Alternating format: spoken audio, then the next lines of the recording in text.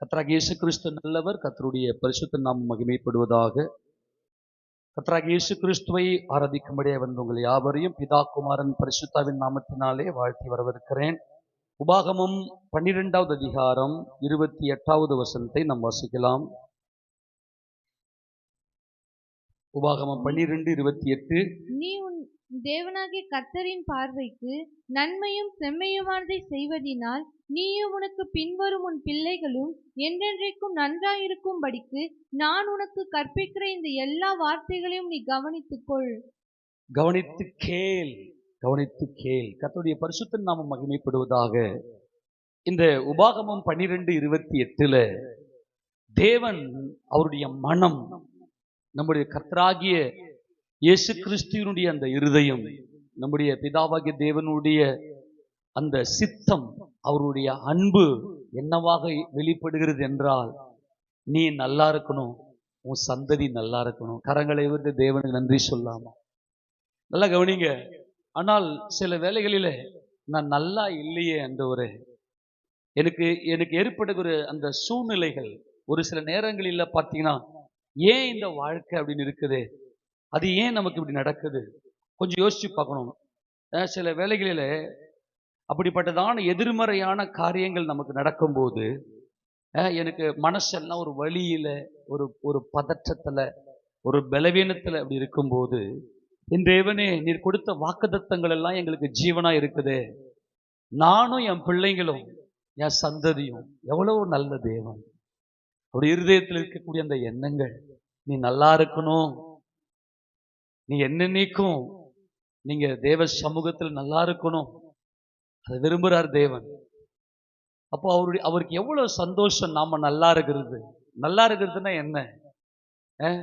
எல்லா சூழ்நிலையிலையும் சொந்த பந்தங்களோட, குடும்பத்தில் இருக்கிற குடும்பத்தாரோட ஒரு நன்மையும் குறைவுபடாமல் மனமகிழ்ச்சியோட, நல்ல தேவன் கொடுக்கிற ஆசீர்வாதங்களை நல்லா அனுபவித்து மனமகிழ்ச்சியோடு தேவனுக்கு நன்றி சொல்லி, எல்லாவற்றிலும் ஒரு வளர்ச்சி. என்ன, மனிதன் ஒவ்வொரு நாளும் புது புது காரியத்தை தனக்குள்ளிருந்து வெளிப்படுத்த வேண்டும் என்று மனுஷன் விரும்புகிறான். அவன் வளர்ச்சியை விரும்புகிறான், அதுக்காக தான் ஜெபிக்கிறான், இல்லையா?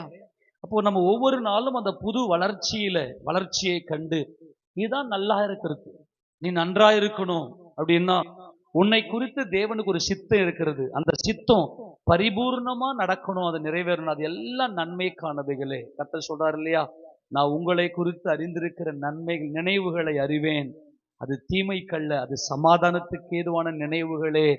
ஆமென் சொல்லுங்களேன். நீ நல்லா இருக்கணும் என்பதுதான் தேவன் நமக்கு வகுத்திருக்கிற ஒரு மகிமை. நீங்க இதை தயவு செய்து நல்லா புரிந்து கொள்ளுங்க. என் தேவன் எவ்வளவு அன்புள்ளவர், அவர் எவ்வளவு இரக்கம் உள்ளவராய் அவருடைய அன்பை வெளிப்படுத்தி, நீ நல்லாயிரு, உன் சந்ததி நல்லாயிரு, உன் பிள்ளைங்களோடு நல்லாயிரு, உன் குடும்பத்தோடு நல்லாயிரு, நல்லாயிரு என்பது எல்லா இடத்துலையுமே சமாதானம், சந்தோஷமான மகிழ்ச்சி. ஆனா என் தேவனே, நான் அநேக வேளையில நான் நல்லா இல்லையே, அதுக்கு என்ன காரணம்? இந்த இடத்துல நாம் என்ன கற்றுக்கொள்ளுகிறோம்? நாம் கற்றுக்கொள்ள வேண்டிய ஒரு பாடம் என்னன்னா, என் வார்த்தையை மட்டும் நீ நல்லா கேளு, என் வார்த்தையை நீ நல்லா கேளு. எப்பொழுது நீ நல்லா இருப்ப அப்படின்னா, உன் தேவனாகிய கர்த்தருடைய பார்வைக்கு, அவருடைய பார்வைக்கு நன்மையும் செம்மையுமானதை நீ செய்வாயானால். நல்லா கவனி. எப்பொழுது நான் நல்லா இருப்பேன், நான் நல்லா இருக்கணும், நான் நல்லா இருக்கணும், என் சந்ததி, என் பிள்ளைங்க எல்லாம் நல்லா இருக்கணும் என்பது என் கர்த்தருடைய இரக்கம், அவருடைய அன்பு. எப்பொழுது நான் நல்லா இருக்க முடியும்னா, என் தேவனுடைய பார்வைக்கு நன்மையும் செம்மையுமானதை நான் செய்யும் போது, நன்மையும் செம்மையுமானதை செய்யும் போது.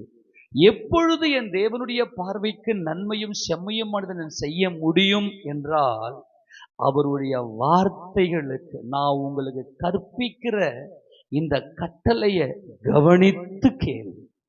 இந்த கவனித்து கேள் என்பது உன்னுடைய நினைவுல, உன்னுடைய அட்டென்ஷன், உன்னுடைய முழு ஒரு ஜாக்கிரதையும் உள்ள ஒரு எச்சரிக்கையோட நீ எல்லாத்தையும் விட, இந்த உலகத்துல பெருசா இதெல்லாம் எனக்கு முக்கியம் அப்படின்னு நம்ம நினைக்கிறோம் இல்லையா, இது எல்லாத்தையும் விட கர்த்தருடைய வார்த்தையை கவனித்து கேட்பீங்கன்னா, நான் உனக்கு கற்பிக்கிற இந்த எல்லா வார்த்தைகளையும், ஏன்னா தேவனுடைய வார்த்தை ஒன்று வந்து எனக்கு சில பேர் சொல்லுவாங்க, எனக்கு பைபிள் இந்த வசனம் ரொம்ப பிடிக்கும், அந்த வசனம் எனக்கு பிடிக்காது.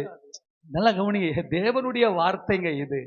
பட்சபாதம் இல்லாதவரை நாம் ஆராதனை செய்கிறோம், பட்சபாதம் இல்லாமல் நம்ம அவரை ஆராதிப்போமாக. அவருடைய வார்த்தையை நீங்க எத்தனை பேர் கவனித்து கேட்கறீங்க?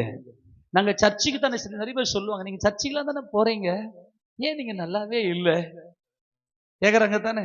நீங்க சர்ச்சுக்குல தானே போறீங்க, ஏன்னா ஒரு உலகத்தான கூட நல்லா தெரியுது சர்ச்சுக்கு போனா நல்லா இருப்பாங்கன்னு. ஆமேனா? ஆனா நீங்க நல்லாவே இல்லைங்களே. 2 நாள் நல்லா இருக்கிறீங்க, 3ஆவது நாள் பார்த்தா வேற மாதிரி மறுபடியும் போயிடுறீங்களே. நிறைய பிரச்சனை. சில பேரை பார்த்தீங்கன்னா அந்த பிரச்சனையிலேயே உழன்று கொண்டிருப்பாங்க. அதுக்கு என்ன காரணம் என்று சொன்னால், ஒரு ரகசியத்தை நான் சொல்லுகிறேன் அன்பானவர்களே. 119ஆம் சங்கீதம் 7வது வசனத்தை வாசிங்களேன். 119ஆம் சங்கீதம் 7வது வசனம். அவருடைய வார்த்தை எவ்வளவு முக்கியமானது என்பதை புரிந்து கொள்ளுங்கள். வாசிங்கம்மா. உம்முடைய நீதி நியாயங்களை நான் கற்றுக்கொள்ளும் போது, உம்முடைய நீதி நியாயங்களை நான் கற்றுக்கொள்ளும் போது, செம்மையான இருதயத்தால் உம்மை துதிப்பேன். அல்லேலூயா. உம்முடைய நீதி நியாயங்களை நான் கற்றுக்கொள்ளும் போது, செம்மையான இருதயத்தால் நான் உம்மை துதிப்பேன். அந்த இருதயம், செம்மையான இருதயம், யார் நல்லா இருப்பாங்க? செம்மையான இருதயத்தார். இந்த யார் செம்மையான இருதயத்தார்? கர்த்தருடைய நீதி நியாயங்களை, அவருடைய கட்டளைகளை யார் ஒருவர் கற்றுக்கொள்ளுகிறார்களோ.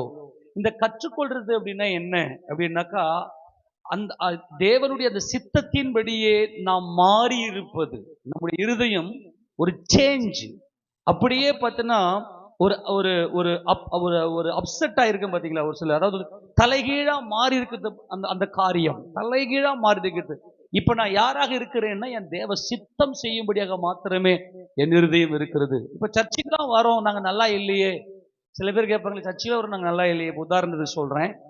இப்போ இப்ப என்ன பண்றாருன்னா, ஒருத்தர் நல்ல ஒரு சமையல்காரர், நல்ல பெரிய பெரிய பெரிய பெரிய ஆர்டர் எடுக்கிறவர், லட்சக்கணக்கில் தான் ஆர்டர் பண்றவர் அவர். அப்படி வச்சுங்களேன், அவர் லட்சக்கணக்கில் பெரிய பெரிய கல்யாணத்துக்கு, பெரிய பெரிய அரசியல் தலைவர்களுடைய ஃபங்க்ஷன், அந்த மாதிரியான காரியத்துக்கெல்லாம் ஒரு பெரிய நல்ல பிரியாணி, நல்ல நல்ல பயங்கரமான ஒரு நல்ல ஆடம்பரமா ஒரு டிஷ் போறவர்னு வச்சுங்களேன். அதில் ஒருத்தர் கண்டினியூ அங்கே ரொம்ப நாளாக வேலை செஞ்சுன்னு இருக்கிறாரு. அவர் என்ன பண்ணுறாரு, எனக்கு கொடுத்த வேலை என்ன? வெங்காயம் கட் பண்ணுறது, பச்சை மிளகாய் நறுக்கிறது, புதினா கொத்தமல்லியை க்ளீன் பண்ணி வைக்கிறது, அவ்வளோதான். இப்போ இவருடைய மைண்ட் என்ன இருக்கும், இதாக இருக்கும். அவர் பக்கத்திலே ஒரு 5 வருஷமாக வேலை செஞ்சுக்கிறாருன்னு வச்சுங்களேன் கூட. இவர் என்ன பண்ணுறாருன்னா, இவருக்கு என்ன வேலை? எனக்கு நான் பச்சை மிளகாய்க்கு நறுக்கி, வெங்காயத்தை நறுக்கி, கொத்தமல்லி புதினா அதை தான் பண்ணிட்டு இருக்க முடியும், அவ்வளோதான். இப்போ திடீர்னு அந்த மாஸ்டர் ஒரு நாள் எல்லா ஆர்டர்லாம் ரெடி ஆகிடுது. திடீர்னு ஏதோ ஒரு தவிர்க்க முடியாத சூழ்நிலை இப்போ அவர் வரல. இப்போ நீங்க போயிட்டு எல்லா டிஷ்ஷும் நீங்க பண்ணுங்க அப்படின்னு சொல்லி கூடவே இருக்கிறாரு, அவர் தீமை விடுறாங்க. இப்போ அவர் என்ன பண்ணுவாரு, ஒரு மாதிரி, ஆமேனா? எனக்கு என்ன தெரியும், நான் ஒரு 5 வருஷமா அவங்க கூட இருக்கிறேன். ஆனா 5 வருஷம் என்ன பண்ணி இருக்கிறேன், வரேன், வெங்காயம் கொடுத்தா நறுக்குவேன், பச்சை மிளகாய் கொடுத்தா நறுக்குவேன், அப்புறம் புதினா கொத்தமல்லி கொடுத்தா நறுக்கு, அவ்வளவுதான் எனக்கு தெரியும்.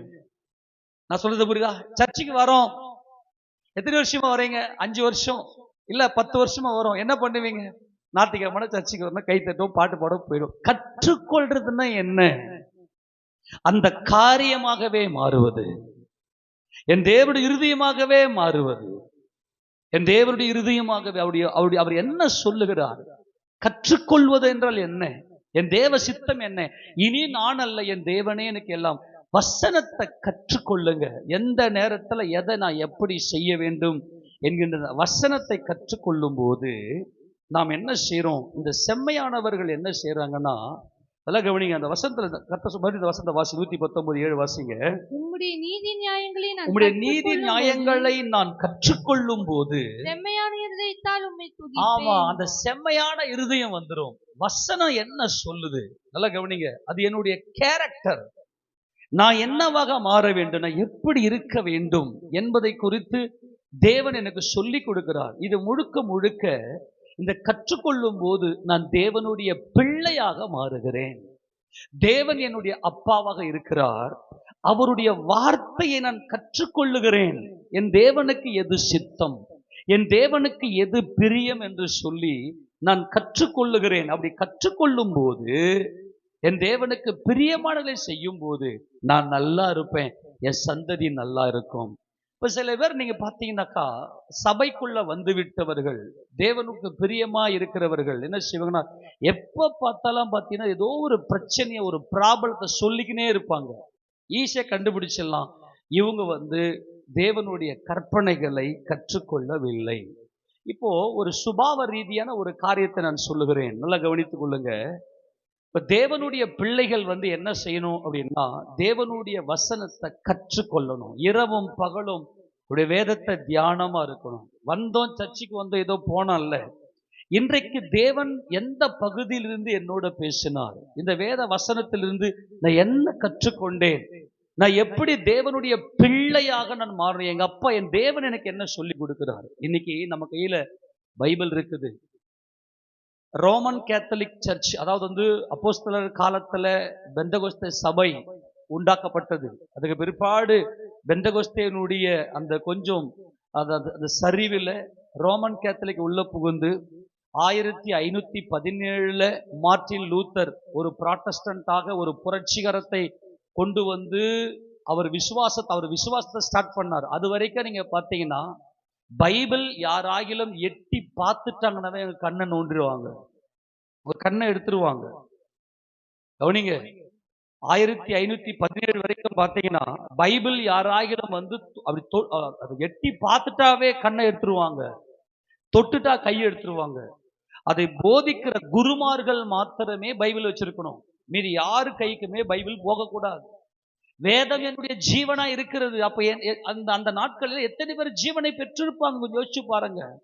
இன்னைக்கு நம்ம கையில பைபிள் இருக்கிறது. நீங்க அதுக்கு பிற்பாடு கொஞ்சம் கொஞ்சமா வந்து அவங்க கையில இருந்து இந்த வேதத்தை மொழிபெயர்த்தவர்களை அக்கினியில வச்சு சுட்டெரித்திருக்கிறார்கள். இந்த வேதத்தை மொழிபெயர்த்தவர்கள் லத்தீன் மொழியிலிருந்து பிரெஞ்சுக்கு, அதுக்கப்புறம் மற்ற ஆங்கில மொழி, இன்னும் அநேக மொழிபெயர்ப்புகளுக்காக அவங்க மொழிபெயர்த்தவர்கள். எல்லா ஜனங்களுக்கும் இந்த வேதம் போய் சேர வேண்டும் என்று சொல்லி இந்த வேதத்தை மொழிபெயர்த்தவர்களுக்கு அவர்களை இரத்த சாட்சிகளை சாகடித்திருக்கிறார்கள். உயிரோடைய எரித்து சாகடித்திருக்கிறாங்க, கொலை செய்திருக்கிறாங்க.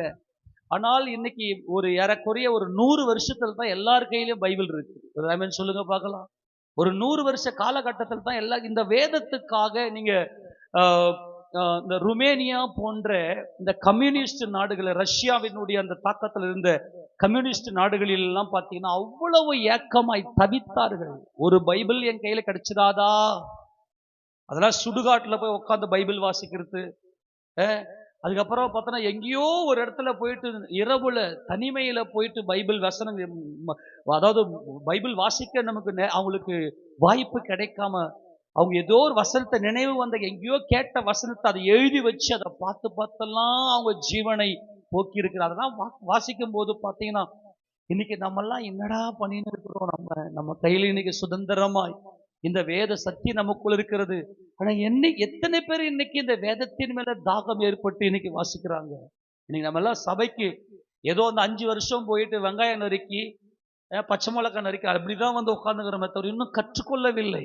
இப்போ ஒருத்தர் ஒரு வேலைக்கு போறாரு, 10 வருஷமா ஒருத்தர் போற, அவருக்கு எந்த ஒரு இதுவும் இல்லை. நான் ஒரு சும்மா என் மனம், அவருடைய மனம் வந்து அந்த அளவுக்கு குறுகி போயிருக்கும். திடீர்னு ஒரு நாளைக்கு அவர் வரல, எப்ப நீ இறங்கி வேலை செய்யப்பான்னா போய் தாறுமாறா போய் மாட்டிக்குவாங்க. பத்தி அந்த மாதிரி தான் இன்னைக்கு எல்லாருமே இருக்கிறாங்க. இந்த வேதத்தை சரியாக வாசிப்பதற்கு, உங்களை கற்றுக்கொள்வதற்கு உட்கார்ந்து என் கர்த்தருடைய வேதம் என்ன சொல்லுகிறது, அப்படி நம்ம பார்க்கும்போது தேவன் நம்மை நடத்த அவர் வல்லமை உடையவராக இருக்கிறார். இந்த வேதத்துல நாம் என்ன செய்ய வேண்டும் என்றால், இந்த செம்மையானவர்கள் எப்படிப்பட்டவர்கள் என்றால், இந்த வேதத்தை கற்றுக்கொள்ளுகிற இவர்களுடைய இருதயம் அவ்வளவு மனமகிழ்ச்சியாக இருக்கும். இவர்கள் என்ன செய்வார்கள் என்றால், நன்மையை மட்டுமே யோசிக்கிறவர்கள். நன்மையை மட்டுமே யோசிக்கிறவர்களுக்கு சமாதானத்தை தேவன் கொடுக்கிறார். நல்லா கவனிங்க, நான் எப்படி இருக்கிறேன், இயேசு கிறிஸ்துவுக்குள்ளாக இந்த வேதத்தை நாம் வாசிக்கும் போது, இந்த வேதத்தை நாம் கற்றுக்கொள்ளும் போது, கிறிஸ்து இயேசுவுக்குள் நான் எப்படி இருக்கிறேன், நல்லா கவனிங்க, தேவனுக்கு முன்பதாக கிறிஸ்து இயேசுவுக்குள் நான் எப்படி இருக்கிறேன் என்பது செம்மையானவர்களுடைய இருதயம். அதுதான் அந்த செம்மையான இருதயத்தால் நான் உம்மை துதிப்பேன். இவங்க என்ன செய்வாங்கன்னா, பாசிட்டிவ் நேர்மறையான காரியங்களை மட்டுமே, ஏனென்றால் நான் வேறு கிறிஸ்து வேறு அல்ல, கிறிஸ்து தான் நான். இந்த பைபிள்ல நீங்க கற்றுக்கொண்டீங்கன்னா நீங்க இயேசு. நீங்க யாருங்க? நீங்க இயேசு கிறிஸ்து. நல்லா கவனிங்க, நல்லா கவனிங்க. இந்த வேதத்தை கற்றுக்கொண்டவர்கள் இயேசு கிறிஸ்துவை கண்முன் நிறுத்தி நான் யாராக இருக்கிறேன், நான் இயேசு கிறிஸ்துவாக இருக்கிறேன். இந்த வேதத்தை நம் கையில தேவன் கொடுத்த நோக்கம் என்ன என்றால், நான் யாராக இருக்கிறேன், நான் இயேசு கிறிஸ்துவாக. எத்தனை பேர் இயேசு கிறிஸ்துவ இருக்கிறீங்க? நல்லா கவனிங்க, பயங்கர முக்கியமானது. இந்த செம்மையான இருதயத்தார் என்ன பண்ணுவாங்கன்னா, நான் யாராக இருக்கிறேன். ஆனால் துன்மார்கன், நல்லா கவனிங்க, ஏன் இன்னைக்கு நிறைய எல்லாருடைய வாழ்க்கை ஏன் இன்னைக்கு பிரச்சனைனா, துன்மார்கன் எப்படி யோசிக்கிறான், அவன் சிந்தனையில என்ன யோசனை வருதுன்னா, நான் யாராக இல்லை. நல்லா புரிஞ்சுக்கணும். இந்த ரெண்டு டிஃபரெண்டா புரிஞ்சுச்சுன்னா இது சுபாவ ரீதியாய் தேவன் இன்னைக்கு நம்மோடு பேசுவாராக.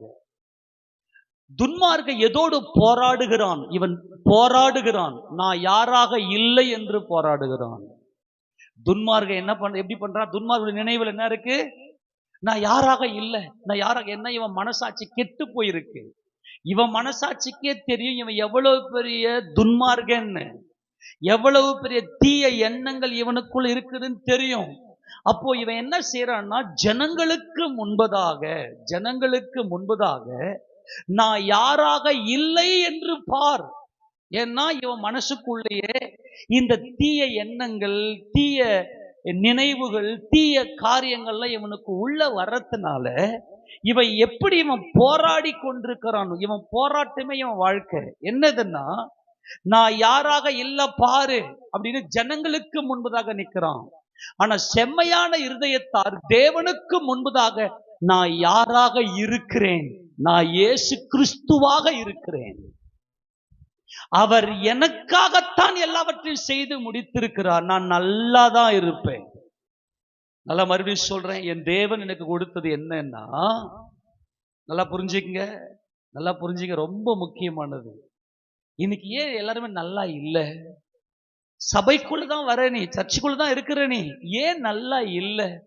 எப்ப பார்த்தாலும் ஏதோ ஒரு பிரச்சனையாவே இருக்கிறியே, அதுக்கு என்ன காரணம்? இதயம் சந்தோஷம் இல்லையே. என்னன்னா, உன் நினைவுல நான் யாராக இல்லை, நான் யாராக இருக்கக்கூடாது, நான் யாராக இருக்கக்கூடாது. இவன் இவனை பெருமைப்படுத்தி கொள்வதற்காக, மனுஷங்களுக்கு மத்தியில தன்னை பெருமைப்படுத்தி கொள்வதற்காக நான் யாராக இல்லை, நான் குடிக்காரனாக இல்லை பாத்தியா, நான் அவன் திருடின பாரு இல்லை பாத்தியா, நான் அவன் பொய் சொல்றான் அது மாதிரி இல்லை பாத்தியா, நான் அந்த ஏழை மாதிரி இல்லை பாத்தியா அப்படின்னு மனுஷர்களுக்கு மத்தியிலே காட்டிக் கொள்வதற்கு நான் யாராக இல்லை இல்லைன்னு எதிர்மறையான நினைவுகள் இவனுக்குள்ள வர்றதுனால இவன் நல்லா இருக்கிறது இல்லை. ஆனா செம்மையான இருதயத்தார் வேதத்தை கற்றுக்கொண்டபடியினாலே ஓகே, நான் யாரா இருக்கிறேன், நான் இப்படியா இருக்கிறேனா, என் தேவனே உங்க பார்வையில நான் இவ்வளவா நல்லவனாய், இவ்வளவாய் மனமகிழ்ச்சி உள்ளவனாய், இவ்வளவு ஆசீர்வாதம் உள்ளவனாய், நேர்மறையாய், நேர்மறை துன்மார்க்க எதிர்மறைய. இந்த துன்மார்கனுக்கும் இந்த செம்மையான இருதயத்தாருக்கும் இருக்கக்கூடிய டிஃபரெண்டா புரிஞ்சுங்க. இவங்க என்ன செய்யணும், பதறிக்கினே இருப்பாங்க. ஏன்னா மனுஷனுக்கு முன்பதாக மனுஷ முகத்தை பார்ப்பான், தேவனோ இருதயத்தை பார்க்கிறார். இவன் மனுஷனுக்கு முன்பதாக இவன் என்ன பண்றான்னா, நான் யாராக இல்லை, நான் அவனை போல இல்லை, நான் அந்த துன்மார்கனை போல இல்லை, அவனை போல இல்லை, அவன் என்ன அவங்க கிட்ட எல்லாருடைய கேரக்டரும் இவன் மனுஷிக்கு இவனுடைய ஆவியில பார்க்கறான். ஆனா வேதத்தை கற்றுக்கொள்ளுகிறவர்கள் இயேசு ராஜாவை கண்முன் வைத்து, இயேசு ராஜாவை தங்கள் இருதயத்தில் தரித்து கொண்டு இந்த வேத வசனத்தை கற்றுக்கொண்டு, என்ன இந்த வேத வசனம் இயேசு கிறிஸ்து, நீ வேத வசனத்தை கற்றுக்கொள்வாயானால், நீ கற்றுக்கொண்டாய் என்பது உண்மையானால் இயேசு கிறிஸ்து இருதயத்தில் இருக்கும். நான் யாராக இருக்கிறேன். எல்லாம் ஒரு முறை சொல்லுங்க. துன்மார்க்க என்ன பண்றான்? நான் யாராக இல்லை. சொல்லுங்க, துன்மார்க்க என்ன பண்றான்? நான் யாராக இல்லை. சொல்லு, மறுபடியும் சொல்லு. துன்மார்க்க யாரு? நான் யாராக இல்லை. சொல்லுங்க, துன்மார்க்க யாரு? நான் யாராக இல்லை. சரி, செம்மையான இருதயம் செம்மையானவர்கள் நான் யாராக இருக்கிறேன் சொல்லுங்க. செம்மையானவர்கள் எல்லாம் சொல்லுங்க. செம்மையானவர்கள் நான் யாராக இருக்கிறேன். நல்லா புரிஞ்சு போச்சா? அப்போ ஏன் இவங்க நல்லா இருக்கிறது இல்ல சொல்லுங்க. இவங்க ஏன் நல்லா இருக்கிறது இல்ல? கர்த்தர் சொல்றாரு, நீ நல்லா இருக்கணும். உனக்கு சத்துருவே கிடையாதுங்க. பாருங்க, செம்மையான இருதயத்தாருக்கு யாரு இல்ல சொல்லுங்க. யாரு இல்ல? சத்துருவே கிடையாது. இன்னொரு வசனத்தை வாசிக்க பார்க்கலாம். இதே உபாகமத்தின் புத்தகம் 6வது அதிகாரம், உபாகமம் 6வது அதிகாரம் 19வது வசனத்தை வாசிக்க போனா, உபாகமம் 6:19. கர்த்தர் தாம் சொன்னபடி உன் சத்துருக்களை எல்லாம் உன் முகத்திற்கு முன்பாக துரத்தி விடுகிறதற்கும் நீ கர்த்தருடைய பார்வைக்கு செம்மையும் நன்மையுமாய் இருக்கிறதை செய்வாயாக. கவனிங்க, உனக்கு சத்துருவே கிடையாது. நல்ல கவனிங்க. உனக்கு இப்ப உங்க குடும்பத்திலேயே யார் உன் சத்துரு? உன் வீட்டாரே உன் சத்துரு. உன் கணவன் தான் உனக்கு சத்துரு. இன்னைக்கு வாயை திறந்தாவே உன் கணவன் மேல பிரச்சனை அடுக்குற, பிரச்சனையத்தாவே உன் மனைவி மேல பிரச்சனை அடுக்குற, உன் பிள்ளைங்க மேல, உன் தாய் தகப்பன் மேல, உன் வீட்டுக்குள்ள மாமியார், இவங்களுக்குள்ளேயே பிரச்சனை. அல்ல கவனி, கர்த்தர் சொல்றாரு, கர்த்தர் தாம் சொன்னபடி உன் சத்துருக்களை எல்லாம் உன் முகத்துக்கு துரத்தணும்னா உனக்கு சத்துருவே இல்ல. நீ செம்மையான இருதயம் இருக்கு, உன் மனசுக்குள்ள பெரிய மனமகிழ்ச்சி தான் இருக்குது அப்படின்னா, நான் யாராக இருக்கிறேன்? நான் இயேசு கிறிஸ்துவாக, நான் இயேசுவாக இருக்கிறேன். கிறிஸ்து இயேசுவாக நான் இருக்கிறேன். கிறிஸ்து இயேசுவாக நான் இருக்கிறேன். நான் யாராக இருக்கிறேன்? இது பயங்கர மைல்டானது. ஆனா வேதத்தை கவனிக்காதவன் நான் யாராக இல்ல, நான் யாராக இல்ல, நான் யாராக, அவனை போல இல்ல, அவனை போல இல்ல, அவனை போல இல்ல. கவனிங்க, புரிஞ்சு போச்சா? இது இந்த எதிர்மறை நினைவுக்குள்ள வந்துச்சுன்னா நீ யாரா தான் இருப்ப? நீ எதிர்மறையா தான் இருப்ப. உனக்கு சத்துருவே இல்லை அப்படின்னா நீ என்ன செய்யணும்னா, நீ கர்த்தரின் பார்வைக்கு செம்மையும் நன்மையுமாய் இருக்கிறதை செய்வாயாக. செம்மையும் நன்மையுமா இருக்கிறது என்ன பண்ணோமா? நீ செய்வாயாக. டிஃபரெண்ட் புரிஞ்சு போச்சா? எத்தனை பேருக்கு தெரியும் புரிஞ்சது? ஏன் இன்னைக்கு மற்றவங்களுடைய நினைவுகள் தேவையில்லாத நினைவு அவங்களா போல இருக்கக்கூடாது? மனுஷனுக்கும் முன்பதாக, மனுஷனே நான் பாரு அவனா மாதிரி இல்ல பாரு, நான் பாரு இவனா மாதிரி இல்ல பாரு, அந்த மாதிரி என்ன பண்றா, மனுஷனுக்கும் முன்பதாக தங்களை பெருமைப்படுத்தி கொள்வதற்காக இவங்க என்ன பண்ணுவாங்கன்னா, பதறிக்கினே இருப்பாங்க, பேசிக்கினே இருப்பாங்க. பிரச்சனைய அவங்க கிட்ட போனாவே பிரச்சனை கலறிக்கினே இருக்கும். ஏன்னா மனுஷனுக்கு முன்பதாக தன்னை பெருமைப்படுத்தி கொள்ள வேண்டும். வாயை திறந்தாவே எதனா ஒரு பிரச்சனையை கலறி பேசிக்கினே இருப்பாங்க. ஏன்? நான் ஒன்னே அவங்களா மாதிரி ஒன்னையும் கிடையாது, நான் அவங்களா மாதிரி ஒன்னையும் நான் இரக்கம் இல்லாம இல்லை, நான் ரொம்ப இரக்கம் உள்ளவன். இவன் என்ன பண்ற, அவங்களா மாதிரி நான் இருக்கக்கூடாதுன்னு போராடி போராடி, இதுதான் பயம். டிஃபரெண்ட் புரிஞ்சு போச்சா? ஆனா கற்றுக்கொள்ளுங்க அன்பான தேவ ஜனமே, வேதத்தை கற்றுக்கொள்ளுங்கள். இஸ்ரவேலே கேள், உன் தேவனாகிய கர்த்தர் ஒருவரே கர்த்தர்.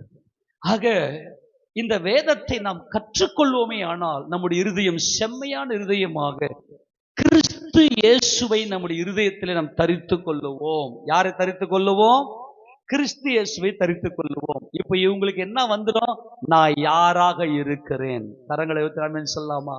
நான் யாராக இருக்கிறேன். அந்த இருதயம் வந்துருச்சுன்னு வச்சுங்களேன், நான் கிறிஸ்துவாக இருக்கும்போது எதிர்மறை எனக்கு எதுவுமே இல்லையே. ஆமென். இந்த மகிமையான இந்த கிறிஸ்துவை போல நம்மளை மாற்றத்தை யாரு அப்படின்னா பரிசுத்த ஆவியானவர். எடுத்து வாசிக்க பார்க்கலாம். 143 சங்கீதம் 10ஆம் வசனத்தை வாசிக்க பார்க்கலாம். 143வது சங்கீதம் 10வது வசனம். உமக்கு பிரியமானதை செய்ய எனக்கு போதித்தருளும். நீரே என் தேவன். உம்முடைய நல்ல ஆவி என்னை செம்மையான வழியிலே நடத்துவாராக. நல்லா கவனிக்கணும், ரொம்ப முக்கியமானது. உம்முடைய நல்ல ஆவி என்னை எந்த வழியில் நடத்துவாராக?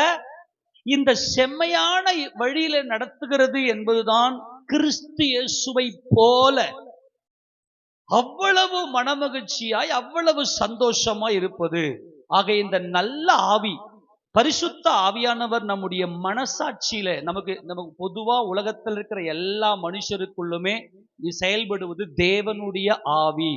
யாருடைய ஆவி? தேவனிலிருந்து புறப்பட்ட ஆவி. எல்லாருக்குள்ளே இருப்பது. மனுஷன் அப்படின்னாவே அவனுக்குள்ள ஆவியை உற்பத்தி பண்ணுகிறவர் தேவனே என்று நாம் பார்த்தோம் கடந்த நாட்களிலே. மனுஷனுடைய ஆவியை கர்த்தரே உருவாக்குகிறார். அந்த ஆத்துமா, அந்த ஆவி நொறுங்குவதை, அவர் சோர்ந்து போவதை அவர் சகித்து கொள்ள மாட்டார். மனிதனுடைய ஆத்துமா, அவன் ஆவி சோர்ந்து போக தேவன் ஒருபோதும் அனுமதிப்பது இல்லை. நல்லா கவனித்துக் கொள்ளுங்க. இப்போ இந்த ஆத்துமாவுக்குள்ள நல்ல மனமகிழ்ச்சி வரணும்னா, அவன் என்னைக்குமே சந்தோஷமா இருக்கணும்னா, பரிசுத்த ஆவியானவர் நம்முடைய மனசாட்சியோட செயல்படுவார். கிறிஸ்து இயேசுவை குறித்து போதிப்பார். இப்போ இயேசு கிறிஸ்து உலக தோற்றத்துக்கு முன்பதாகவே நமக்காக அடிக்கப்பட்டவர். அவர் நமக்காக அடிக்கப்பட்டவர், நமக்காக அடிக்கப்பட்ட ஆட்டுக்குட்டியானவர் என்பதை நம்முடைய ஆவியோடு கூட செயல்பட்டு கிறிஸ்து இயேசுவை நாம் தரித்து கொள்ளும்படியாய் நமக்குள்ளே போதிக்கிறவர் யார் என்றால் பரிசுத்த ஆவியானவர். பரிசுத்த ஆவியானவர் எப்பொழுதுமே செயல்படுகிறவர். நல்லா புரிந்து கொள்ள வேண்டும். இன்னைக்கு சர்ச்சுக்குள்ள வந்திருக்கிற நம்ம எல்லாருமே, சபைக்குள்ள வந்திருக்கிறோமே, உங்க ஆவியோடு பரிசுத்த ஆவியானவர் இடைபடுகிறார். கரங்களை ஆமென் சொல்லாமா? பரிசுத்த ஆவியானவராலேயே அன்றி ஒருத்தராலோ இயேசு கிறிஸ்துவை சபிக்கப்பட்டவன் பரிசுத்த ஆவியானவர் மட்டும்தான் இயேசு கிறிஸ்துவை இரட்சகர்னு சொல்ல முடியும். பரிசுத்த ஆவி இல்லாதவன் இயேசு சபிக்கப்பட்டவன் சொல்லிடுவான். அவர் சபிக்கப்பட்டவர், அதனால தான் அவர் மரணத்தில் தூக்கப்பட்டாங்க அப்படின்னு சொல்லுவான். ஆனால் பரிசுத்த ஆவியை பெற்றவர்கள் தான், நான் சபிக்கப்பட்டவன், என் பாவத்துக்காகத்தான் கிறிஸ்து சிலுவையில பலியானார். நல்லா கவனிங்க. ஏதேன் தோட்டத்துல ஆதாம் பாவம் செய்துவிட்டு வந்துவிட்ட பிற்பாடும், நோவாவின் ஜலப்பிரளயம் காலம் வரைக்கும், மனசாட்சியின் காலத்துல பரிசுத்த ஆவியானவர் அவர்களோடு கூட இடைப்பட்டார். கிறிஸ்துவை குறித்து பரிசுத்த ஆவியானவர் போதித்துக் கொண்டே இருப்பார். ஒழுங்கின்மையும் வெறுமையுமான வெறுமை அங்கே செயல்பட்டுச்சுன்னாவே பரிசுத்த ஆவியானவர் எல்லா காலத்துக்கும் உரியவர். இதெல்லாம் புரிந்து கொள்ள வேண்டும். பரிசுத்த ஆவியானவர் அவர் என்ன செய்வார்னா, இந்த செம்மை கிறிஸ்து இயேசுவை போல உன்னுடைய இருதயத்தை மாற்றி, நான் யாராக இருக்கிறேன், நான் கஷ்டப்படவே கூடாதுங்க, நான் கஷ்டப்படவே கூடாது, நான் பரிபூர்ணமா நான் யாராக இருக்கிறேன், நான் கஷ்டப்படக்கூடாது, என் மனசு உடைக்க கூடாது, என் மனசு எப்பவுமே சந்தோஷமா இருக்கணும். இத பரிசுத்த ஆவியானவர் எனக்கு கொடுத்துக்கினே இருப்பார். எல்லா காலத்திலையும், நியாயப்பிரமாண காலத்திலும் வசனத்தை கொண்டு என்ன வேத வாக்கியங்கள் எல்லாம் தேவ ஆவியினால், பரிசுத்த ஆவியானவர் எல்லா காலத்திலும் செயல்படுகிறவர். தேவன் எல்லா காலத்திலும் செயல்படுகிறவர். எப்பொழுதுமே பரிசுத்த ஆவியானவர் கிறிஸ்துவையே போதித்துக் கொண்டிருப்பார். நமக்கு நான் போன பிற்பாடு பரிசுத்த வேறு தேற்றல் வருவார், அவர் என்னை குறித்து போதிப்பார். கர்த்தர் சொல்லிட்டு போயிட்டார். இது என்றென்றைக்கும் நடக்கிற சம்பவங்கள். பரிசுத்த ஆவியானவர் தான் நமக்குள்ள செயல்பட்டு கொண்டு. சில பேர் என்ன பண்றாங்கன்னா, நல்லா கவனிங்க, பரிசுத்த ஆவியானவருடைய அபிஷேகம் பெற்று முழு இருதயத்தையும் தேவனுக்கென்று ஒப்பு கொடுப்பது என்பது அது விசேஷித்த பாவ மன்னிப்பின் நிச்சயமும் தேவனுடைய பிள்ளைகள் என்கின்ற மகிமையுமானது. ஆனால் பரிசுத்த ஆவியானவர் என்றென்றைக்குமே எல்லா காலத்திலுமே மனிதர்களோடு செயல்படுகிறவர். எதுக்குன்னா, நீ நல்லா இருக்கணும். நீ நல்லா இருக்கணும்னா உன் இதயம் செம்மையா இருக்கணும். உன் இருதயம் செம்மையா இருக்குன்னா வசனத்தை கற்றுக்கொள்ளணும். இந்த வசனம் என்னன்னா, இயேசு கிறிஸ்து எனக்கு என்ன செய்தார், நான் யாராக இருக்கிறேன், நான் மனமகிழ்ச்சி உள்ளவனாக, நான் சந்தோஷம் உள்ளவனாக, நான் ஆசீர்வதிக்கப்படும். ஏன்னா இயேசு கிறிஸ்து எனக்காக எல்லாத்தையும் செஞ்சுட்டாரேப்பா, எனக்கு சத்துருவே கிடையாது, நான் யாராக இருக்கிறேன்.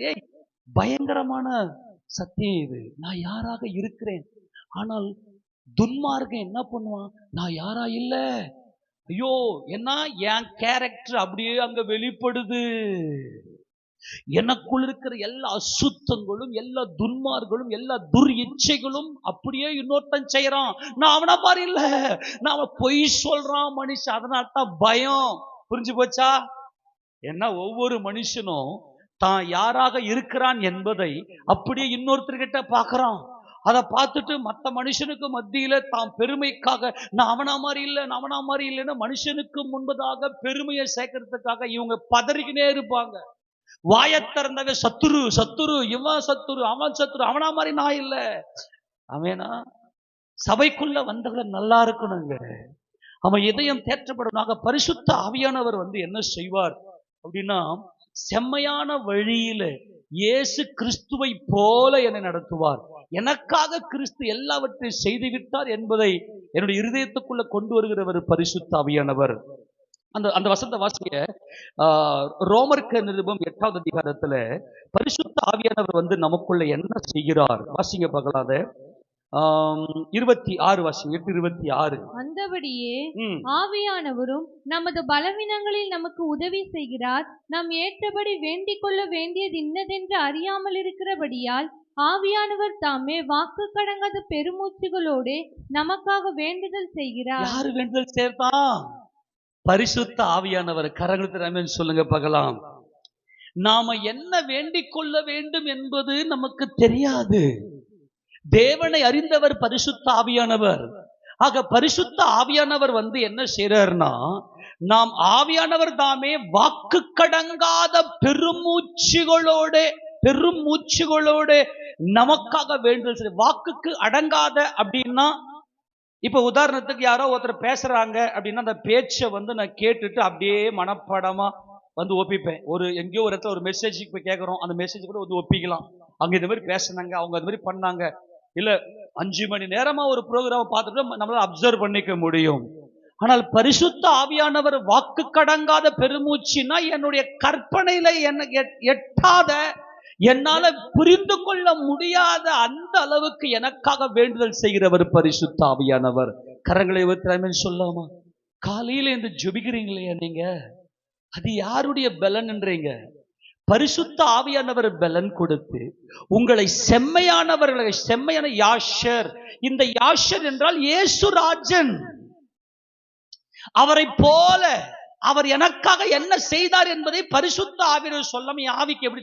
ஆவிதான் மனுஷன், இந்த உடல் அல்ல. மனுஷன் யாருங்க? ஆவிதான் மனுஷன்.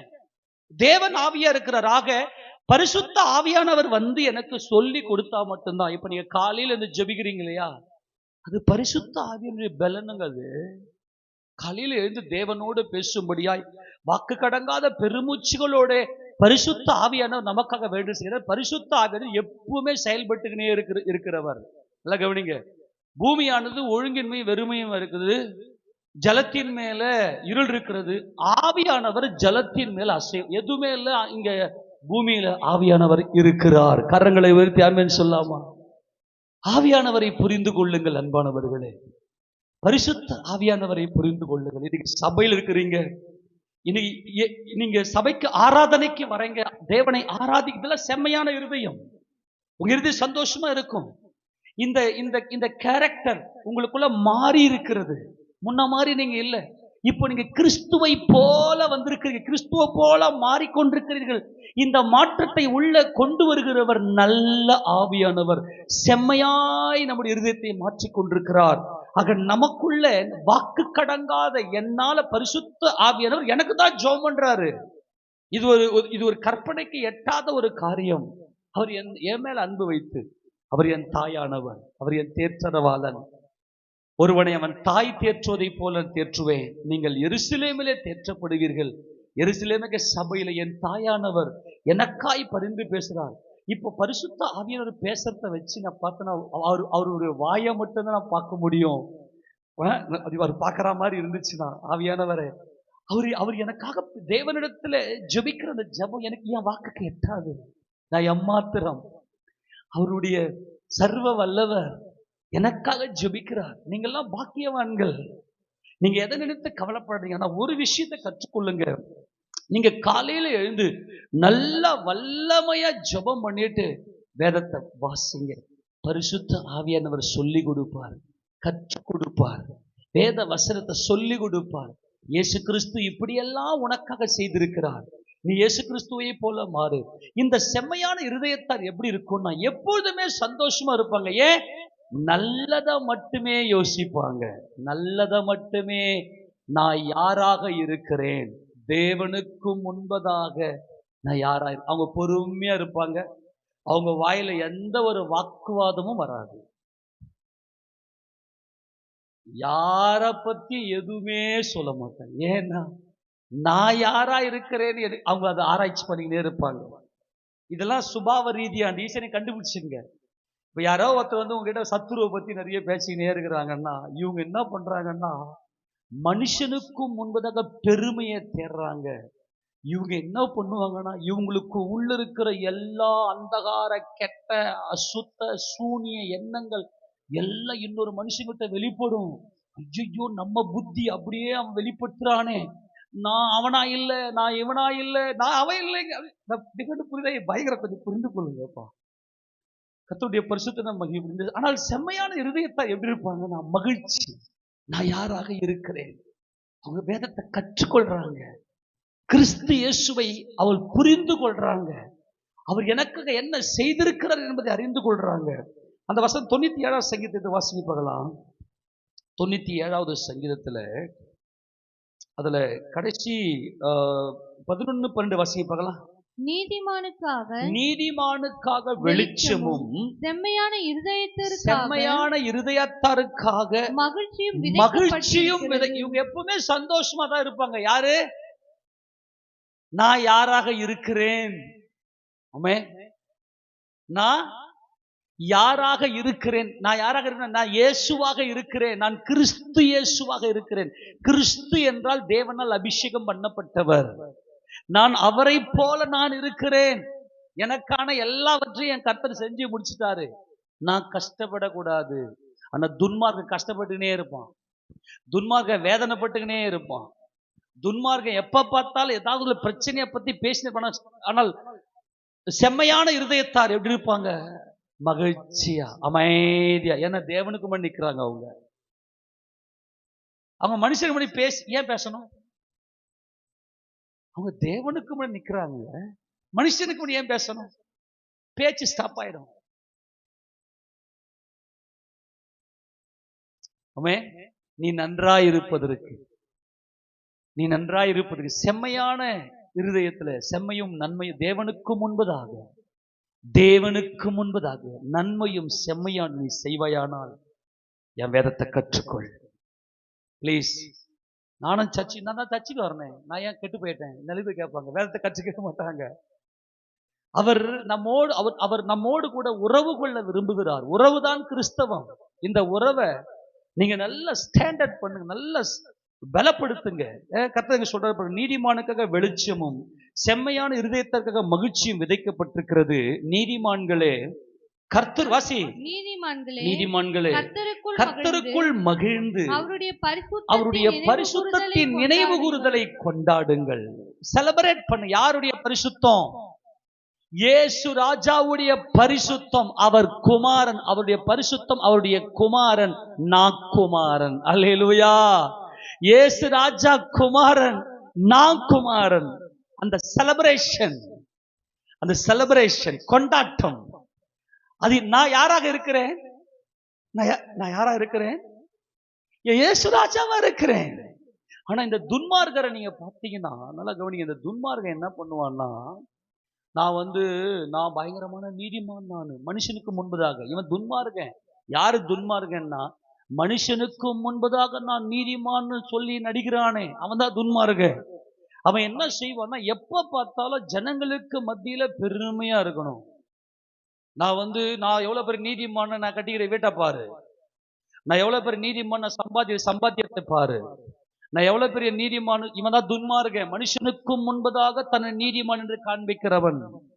ஆனால் செம்மையான இருதயத்தார் செலிப்ரேஷன், அவருடைய பரிசுத்தத்தின் நினைவு கூறுதலை கொண்டாடி கொண்டே இருப்பேன். பரிசுத்த ஆவியானவர் உள்ள இந்த காரியத்தை சொல்லி கொடுத்து கொண்டே இருப்பார். பரிசுத்த ஆவியானவருடைய சத்தத்துக்கு நாம் செவி கொடுக்கணும். அவ்வளவுதான். அமைதியா உட்கார்ந்து பரிசுத்த ஆவியானவர் நமக்கு கிறிஸ்துவை சொல்லிக் கொடுப்பார். வேதத்தை உட்கார்ந்து வாசிங்க. ஜெபிக்கும் போது கர்த்தர் சொல்லிக் கொடுப்பார், பரிசுத்த சொல்லிக் கொடுப்பார். இப்போ இந்த துன்மார்கனுக்கும் இந்த செம்மையான இருதயத்தாருக்கு என்ன வித்தியாசம்னா, இவன் என்ன பண்ண, பதறிக்கினே இருப்பான். அவன் பதறி ஜனங்களுடைய பார்வைக்கு பெருசா பில்டப் பண்ற மாதிரி. டிஃபரெண்ட் புரியுதா? நான் அவனா மாதிரி இல்லை. அவன் பிச்சைக்காரன். அவன் என்ன பாவம் செஞ்சானோ, அவன் என்ன துரோகம் செஞ்சானோ, அவன் சபிக்கப்பட்டவன். நான் சபிக்கப்பட்டவில்லை. என் வீட்டப்பார், அவ்வளவுதான். என் வீட்டப்பார், என் சம்பாத்தியத்தைப்பார், என் வருமானத்தைப்பார். அந்த வசந்த வாசிங்க நீதிமொழிகள் புத்தகத்துல 14ஆம் அதிகாரம் 11, 12 வசனங்களை வாசிங்களேன். நீதிமொழிகள் 14ஆம் அதிகாரத்துல 11, 12 வசனங்கள். துன்மார்க்கனுடைய வீடு அழியும், துன்மார்க்கனுடைய வீடு அழியும், செம்மையானவனுடைய கூடாரமோ செழிக்கும். கர்த்தருடைய பரிசுத்த நாமம் மகிமைப்படும். செழிப்பு தாங்க செம்மையானவருடைய ஆசீர்வாதம். நீங்க செழிப்பீங்க. இவன் யாருன்னா, இந்த துன்மார்க்கன் யார் அப்படின்னா, ஏன் இவ்வளவு பெரிய இவன் வீட்டை கட்டுறான்? நீங்க நம்மளால பார்த்து உட்காந்துருப்பானுங்க. அவன்லாம் ஏசப்பாவையே ஏத்துக்கல, அவன்லாம் பார்த்தனா அவ்வளோ பெரிய வீட்டெல்லாம் கட்டி வச்சிருக்கிறான், நம்மளாம் ஏசு ஏசு ஏசுன்னு ஓடுறோம், நம்ம தமாத்துண்ட கூடாரத்தை போட்டு வச்சுன்னு உட்காந்துக்கிறோம். அதுவும் ஒரு வீட்டை கட்டுறதுக்கு படாத பட ரத்தம் சிந்த வேண்டி இருக்குது. என்னடா இதுன்னு நீங்க நினைக்கலாம். நல்லா கவனிங்க. துன்மார்க்கன் என்ன செய்யறான் தெரியுமா? வீட்டை பயங்கர பெருசா, அவனுடைய சம்பாத்தியமா அவன் வீட்டை அவன் அதுதான் அரண்மனை. அவன் ராஜா, அவன் வீடு வந்து அரண்மனை. அரண்மனை மாதிரி வீட்டை கட்டுவான். அழியும், அவன் வீடு அழியும். ஆனால் செம்மையானவர்களுக்கு கர்த்தர் கூடாரத்தை அமைத்து கொடுக்கிறார். யாக்கோபு கூடாரவாசியும் குணசாலியுமா இருந்தான். ஏன் தெரியுமா? இந்த செம்மையானவன், நான் கிறிஸ்து இயேசுவாக, நான் யாராக இருக்கிறேன்? நான் கிறிஸ்து இயேசுவாக இருக்கிறேன். ஆனால் இந்த துன்மார்க்கன், நான் யாராக இல்லை, நான் அவனா இல்லை, அவனா மாதிரி ஆயிடக்கூடாது. அவன் பாரு தெருவோரத்துல குடிசை இருக்கிறான், அவனா மாதிரி நான் இல்லை. அவன் பாரு வியாதியா இருக்கிறான், வியாதியே அவன் எப்ப பார்த்தாலும் ஹாஸ்பிட்டல், அவனா மாதிரி நான் இல்லை. அவன் பாரு அவனுக்கு வந்து எந்த ஒரு செழிப்பும் இல்லை, எந்த ஒரு பிசினஸும் இல்லை, அவனா மாதிரி நான் இல்லை. என் பிசினஸ பாரு, என் ஆரோக்கியத்தை பாரு, என் சாப்பாடை பாரு, என் வீட்டை பாரு. டிஃபரெண்ட் புரிஞ்சு போச்சா? அவன் வாழ்க்கையில எப்ப பார்த்தாலும் துன்பங்கள், வேதனைகள் தரும். ஆனால் கர்த்தர் அவன் வீடு அழிஞ்சிடும். ஆனால் இவன் கூட என்னன்னைக்கு செழிக்கும். என்ன பரிசுத்த ஆவியானவர், நித்திய ஆவியானவர், செம்மையான வழி நடத்துகிற பரிசுத்த அவனுக்கு செவி கொடுத்து இவன் இருதயத்துல கிறிஸ்து இயேசுவை தரித்து கொண்டான். கிறிஸ்து இயேசுவே ஜீவன். பரிசுத்த ஆவியானவர் நமக்குள்ளே வந்து என்ன சொல்லி கொடுப்பார்னா, கிறிஸ்து இயேசுவே நமக்கு ஜீவன். தொடர்ந்து வாசிக்கும் போது, துன்மார்க்கனுடைய வீடு அழியும், செம்மையுடைய கூடாரமோ செழிக்கும். மனுஷனுக்கு செம்மையாய் தோன்றுகிற வழி உண்டு, அதன் முடிவோ மரண வழி. அவன் என்ன பண்றான்னாக்கா, நான் போற பாதை செம்மையான பாதை, தனக்குத்தானே செம்மையானவன் நினைச்சுன்னு ஓடின்னு இருக்கிறான். ஆனால் செம்மையானவர்கள் தேவனுக்கு முன்பதாக, நான் யாராக இருக்கிறேன்? நான் கிறிஸ்து இயேசுவாக இருக்கிறேன். சொல்லுங்க, நான் யாராக இருக்கிறேன்? நான் கிறிஸ்து இயேசுவாக இருக்கிறேன். அவருடைய பரிசுத்தத்தின் நினைவு கூறுதல். இவன் நினைவுல பரிசுத்தர் இயேசுராஜா யாருங்க? பரிசுத்தர் இயேசுராஜா யாரு? பரிசுத்தர் இயேசுராஜா யாரு? பரிசுத்தர். ஏன்? அவர் ஜீவபலியாய் மாறினவர், ஜீவபலியாகவே இருக்கிறவர். தம்முடைய பிதாவின் சித்தத்தை எப்போதும் என் அப்பா, நான் இல்லை, என் அப்பா, நான் அல்ல, என் அப்பா. அதான் பரிசுத்தர். அவருடைய பரிசுத்தவனுடைய மரணம் அவருடைய பார்வைக்கு அருமையானது, பிதாவின் பார்வைக்கு மகிமையின் குமாரனாகிய பரிசுத்தர். இந்த பரிசுத்தத்தை நினைவு கூறுதல் என்னுடைய இருதயத்துக்குள் இருக்கிறதுனால நான் என்னைக்கு சந்தோஷமா இருப்பேன். நான் யாராக இருக்கிறேன்? நான் இயேசு கிறிஸ்துவாக, கிறிஸ்து இயேசுவாக நான் இருக்கிறேன். அவ்வளவு சந்தோஷம். இவங்க அப்படியே ஸ்டாப் ஆயிடுவாங்க, பதறவே மாட்டாங்க. சில பேரை பதறிக்கினே வாயை திறந்தாலே, ஏன் புரிஞ்சு போச்சா? ஒவ்வொரு எத்தனை கோடி பேரை பாக்குறாங்க, அவங்களா மாதிரி நான் இல்லை, அவங்களா மாதிரி நான் இல்லை, அவங்களா மாதிரி நான் இல்லை. இந்த பாரு நான் எப்படி இருக்கேன் பாரு, என் வசதியை பாரு, என் காசு பணத்தை பாரு, என் வீட்டை பாரு, என்னுடைய அலங்காரத்தை பாரு, என் படிப்பை பாரு. அவன் படிக்காதவன், அவன் பிச்சைக்காரன், அவனா மாதிரி இல்லை, அவனா மாதிரி இல்லை. இதுதான் துன்மார்க்கனுடைய வாழ்க்கை. ஆனால் செம்மையான இருதயத்தை உடையவர்கள் எவ்வளவு மனமகிழ்ச்சிக்குள்ளாக அவங்க இருக்கிறவங்க. அவங்க எப்போதுமே கிறிஸ்துவின் கொண்டாட்டம், பரிசுத்த ஆவியானவருக்குள்ள ஒரு நல்ல மனமகிழ்ச்சி. நல்லா கவனிங்க. இவங்க என்ன செய்வாங்கன்னா, எல்லாருக்கும் முன்னதாக பார்க்கணும், பதறுவாங்க. இப்போ கவனிங்களேன், ஏதேன் தோட்டத்தை விட்டு ஆதாமும் ஏவாளும் துரத்தப்பட்டு வெளியே வந்துட்டாங்க. வந்துட்ட உடனே ஆதாமுக்கும் ஏவாளுக்கும் அவங்க குடும்ப வாழ்க்கையில் ஈடுபடுறாங்க. ரெட்டப்பரப்பு குழந்தை பிறகுது. முதல்ல பிறந்தது யாரு அப்படின்னா காயின். ரெண்டாவது ரெட்டப்பரப்புன்னு அங்க இல்லையே, அங்க ட்வின் அப்படின்னு இல்லையே. அப்படின்னா எதை வச்சு நம்ம சொல்லலாம் அப்படின்னா, ஆதாம் ஏவாளை அறிந்தான் அப்படின்னு இருக்கும். ஒவ்வொரு குழந்தையும் பிறக்கும் போது இந்த அறிந்தான், பெற்றான் அப்படின்னு இருக்கும். ஆனால் அந்த அந்த வசனத்தை பார்த்தீங்கன்னாக்கா, அந்த வசனத்தை வாசிக்க பார்க்கலாம். 4 ஆதியாகமம் 4:1. ஆதாம் ஆ, தன் மனைவியாகிய ஏவாளை அறிந்தான். ஆ, அவள் கர்ப்பவதியாகி காயினை பெற்று ம், கர்த்தரால் ஒரு மனுஷனை பெற்றேன் என்றாள். ஆ. பின்பு அவனுடைய சகோதரனாகிய ஆபேலை பெற்றாள். பின்பு அவருடைய சகோதரனாகிய ஆபேலை பெற்றாள் அப்படின்னு இருக்கும்போது அங்க அறிந்தான் அப்படின்னு இல்லை. அப்ப என்னன்னா அது இரட்டைப்பிறப்பாக இருக்கலாம். நான் சொல்றதெல்லாம் புரிந்து கொள்ளுங்க. இருக்கலாம் அப்படின்னு நம்ம யூகிக்கலாம். அப்போ பின்பு அவனுடைய சகோதரனாகிய ஆபேலை பெற்றால், ஆபேல் ஆடுகளை மேய்க்கிறவன் ஆனான், காயின் நிலத்தை பயிரிடுகிறவன் ஆனான். பரிசுத்த ஆவியானவர் அங்க ஏதேனிலிருந்து என்ன, பரிசுத்த ஆவியானவர் எப்பொழுதுமே இருக்கிறவர். ஆமென். தேவன் மனுஷனை பூமியின் மண்ணினாலே உருவாக்கி ஜீவ சுவாசத்தை அவன் நாசியிலே ஊதினார். மனுஷன் ஜீவாத்மாவானான். அந்த ஆவி தேவனுடையது. அந்த மனிதனுடைய ஆவியோடு கூட என்னென்னைக்கு செயல்படுகிறவர். நல்லா கவனிங்க. கிறிஸ்து இயேசு பூமியில மனிதனாக அவர் வர்றதுக்கு முன்னாடியே இந்த பூமி முழுக்க உலாவிகள் இருக்குது. அதுதான் பரிசுத்த ஆவியானவர். என்னங்க, பரிசுத்த ஆவியானவரோடு நீங்க பழகுங்க. அவரை போல ஒரு ஒரு அன்பு, அவரை போல ஒரு ஸ்பரிசம், பரிசுத்த ஆவியானவரை போல நம்ம தேற்றத்துக்கு யாருன்னு சொல்றது, அது வார்த்தையே இல்லை.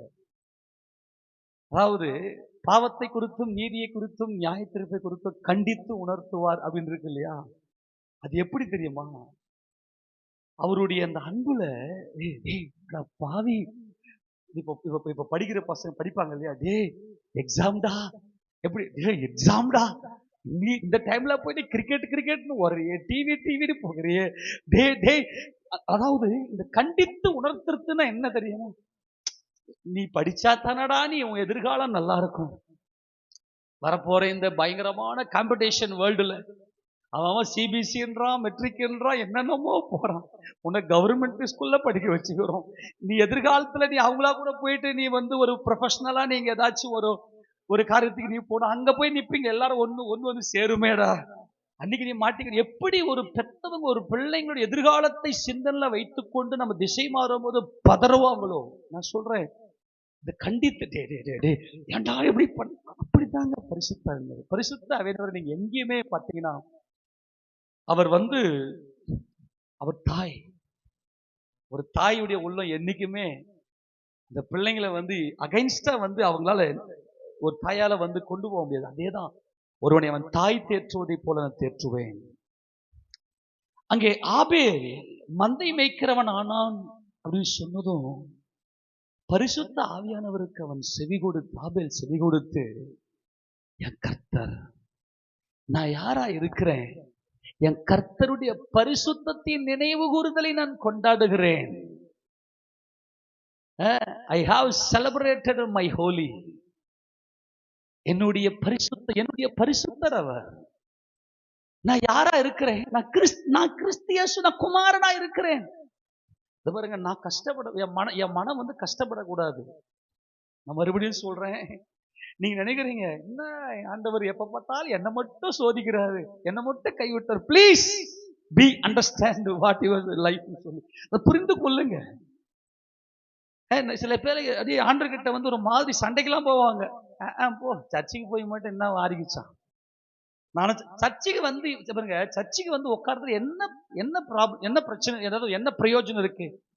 அதான் சொல்லிட்டேன், நீ 5 வருஷமா போயிட்டு நல்ல ஒரு கேட்டரிங் சர்வீஸ்ல, நல்ல ஒரு கேட்டரிங் சர்வீஸ்ல 5 வருஷமா எனக்கு நீ வேற எதுவுமே இருக்கானே, நம்ம போனாமா வெங்காயத்தை நறுக்கணுமா வந்தோமா அப்படின்னு இருந்தீங்கன்னா ஒன்னும் பண்ண முடியாது. சரி, இப்ப நம்ம சபையில வெல்டருங்கெல்லாம் இருக்கிறாங்க, வெல்டர். இப்போ அதெல்லாம் கரண்ட் எல்லாம் வச்சு கரெக்டா டச் பண்ணி எல்லாம் பண்ணுவோம். சில ஒரு அசிஸ்டன்ட் இருக்கிறாங்கன்னு வச்சுங்க, அவர் என்ன பண்ணுவாரு, இது எடுப்பேன், இதை வைப்பேன். அவர் 10 வருஷம் இதே பண்ணி, ஒரு நாள் திடீர்னு வெல்டர் வரல, எப்பா திடீர்னு எமர்ஜென்சி, இது உடனே பண்ணி அவனை கரண்டா, ஐயோ இது கரண்ட், இது எது பிளஸ்ஸா மைனஸா, இது எப்படி டச் பண்ணி எதுவுமே தெரியல, வச்சாருன்னா இவர் காலி ஆயிடுவார். நீ சர்ச்சுக்கு வர, நீ கற்றுக்கலையே கிறிஸ்துவை, வேதத்தை கற்றுக்கலையே. இப்ப என்ன சொல்றேன்னா, இப்ப ஆபேல் கூட மட்டும்தான் பரிசுத்த ஆவியானவர் இடைப்பட்டாரு, காயின் கூட இடைப்படலையா? அவர் பட்சபாதம் இல்லாதவர், அவர் ஆவியா இருக்கிறவர், அவர்கிட்ட எந்த பட்சபாதமும் கிடையாது. அவர் மனுஷனை போல அல்ல. பொய் சொல்ல தேவன் ஒரு மனிதன் அல்ல, மனமாற மனுபுத்திரன் அல்ல. ஆபேலுக்கு தெரிஞ்சு போச்சு தான் யாருன்னு. நான் யாராக இருக்கிறேன், நான் கிறிஸ்து இயேசுவாக நான் இருக்கிறேன். என் மனம் அவ்வளவு சந்தோஷம், அவ்வளவு மனமகிழ்ச்சி. ஆனா இந்த பொல்லாத இந்த காயின் இருக்கிறானே, என்ன இவனுடைய தேவன் இவனுடைய வயிறு. இவன் நேரா போனா ஒரு வீட்டை கட்டினான். இந்த மாதிரி தேவனை விட்டு வெளியே போனதுமே பார்த்தீங்கன்னா ஒரு நகரத்தை கட்டுறான். தேவனை விட்டு புறப்பட்டு போயிட்டு அதுக்கு தாம் பிள்ளைய ஏனோக்கு பேரை வைக்கிறான். தான் பெற்ற பிள்ளை ஏனோக்கு அந்த பேர், அந்த பட்டணத்துக்கு தன் குமாரனுடைய பேர். அப்படிப்பட்ட ஈன புத்தி. இவன் ராஜ்யம். மனுஷனுக்கு முன்பதாக நான் எவ்வளவு பெரிய ஆள்பார். இவன் வீடு அழியும். நல்லா புரிஞ்சு, உன் கூடாரம் செழிக்கும். கரங்களை வித்துறாமன்னு சொல்லாமா? நீ தேவனுடைய சமூகத்துல உன் மனைவி உன் பிள்ளைகளோட கூடாரம் என்பது எப்படி இருக்குங்க? கூடாரத்தில் என்ன இருக்கும்? அடிப்படை தேவையான வசதிகள் இருக்கும், ஆடம்பரம் இருக்காது. அடிப்படை வசதிகள் அத்தனையும் கொடுத்து வைத்திருப்பார். ஆனா அந்த காயின் எப்படிப்பட்டவன்னா, டேய் சாப்பாடு தான் முக்கியம். எது எப்படி இவன் வயிறு, இவனுடைய வயிறு தான் இவனுடைய தேவன். ஆக இவன் அழிகிறவன். இவன் என்ன செய்யறான்? இவனுடைய மோட்டிவ் ஃபுல்லா ஜனங்களுக்கு முன்பதாக தன்னை கவர் பண்ணணும். அன்னைக்கு இருந்தது இவன் 4 பேர் தான், ஆதாம் ஏவாள் ஆபேல் காயின். அப்போ இவங்க அந்த ஸ்டேஜ்லயும் அவன் எப்படி இருக்கிறான்னாக்கா, எல்லாரையும் விட நான் எவ்வளவு பெரிய டாப் மோஸ்ட் பாருன்ற அந்த கான்செப்ட்ல தான். மனுஷன் சாப்பாடு இல்லைன்னா செத்து போயிடுவான். அழிந்து போகிற போஜனத்துக்காக அல்ல, நித்திய ஜீவன் வரைக்கும் நிலைநிற்கிற போஜனத்துக்காகவே கிரியை நடப்பியுங்கள் என்று கர்த்தர் சொன்னார். பிதாவாகிய தேவன் அதை முத்திரைத்திருக்கிறார், முத்திரை போட்டு வச்சிருக்கிறார். குமாரனை அறிவது என்பது எல்லாரால முடியாதுங்க. அது பரிசுத்த ஆவியானவர் தான் ஒவ்வொரு காரியத்தையா உடைச்சி உடைச்சி உடைச்சி உடைச்சி உடைச்சி நமக்கு சொல்லி கொடுப்பார். தேவன் அதை முத்திரை போட்டு வைத்திருக்கிறார். குமாரனே ஜீவன், குமாரனாகிய இயேசு கிறிஸ்துவே ஜீவன். பரிசுத்த ஆவியானவர் உள்ள சொன்னா மட்டும்தான் அவங்க எல்லாம் கிறிஸ்துவுக்கு கீழ்ப்படியுள்ள இருப்பாங்க. இப்போ வாசி, அந்த 2ஆம் வசனத்தை வாசிங்க. பின்பு அவனுடைய சகோதரனாகிய ஆபேலை பெற்றால் ஆபேல் ஆடுகளை மேய்க்கிறவனானான், காயின் நிலத்தை பயிரிடுகிறவன் ஆனான். நல்லா கவனிக்கணும். இப்ப இவங்க என்ன பண்ணுவாங்கன்னா, இவங்க எல்லாம் என்ன செய்வாங்கன்னா, இந்த துன்மார்கள் என்ன செய்வாங்கன்னா, இவங்க எல்லாரையும் போல மனுஷனுக்கு முன்பதாக எல்லா சுபாவத்தின்படியும் மனுஷனுக்கு முன்பாக தான் யாராக இருக்கிறேன், நான் யாராக இல்லை, நான் அவனா மாதிரி இல்லை. என்ன துன்மார்கனை பார்க்கிறான், அவனா மாதிரி நான் இல்லைன்னு போராடுறான். புரிஞ்சு வச்சா? ஆமென் சொல்லுங்க. துன்மார்க்க உலகத்தை பார்க்கிறான், இவனுக்குள்ளே அந்த துன்மார்க்கம் இருக்கிறது. இந்த துன்மார்க்க மனிதனுக்கு மத்தியில நான் எவ்வளவு பெரிய நீதிமான்னு சொல்லி தன்னைத்தானே பெருமைதான் சுயநீதி. இதுக்கு பேர் தான் என்ன பேருங்க?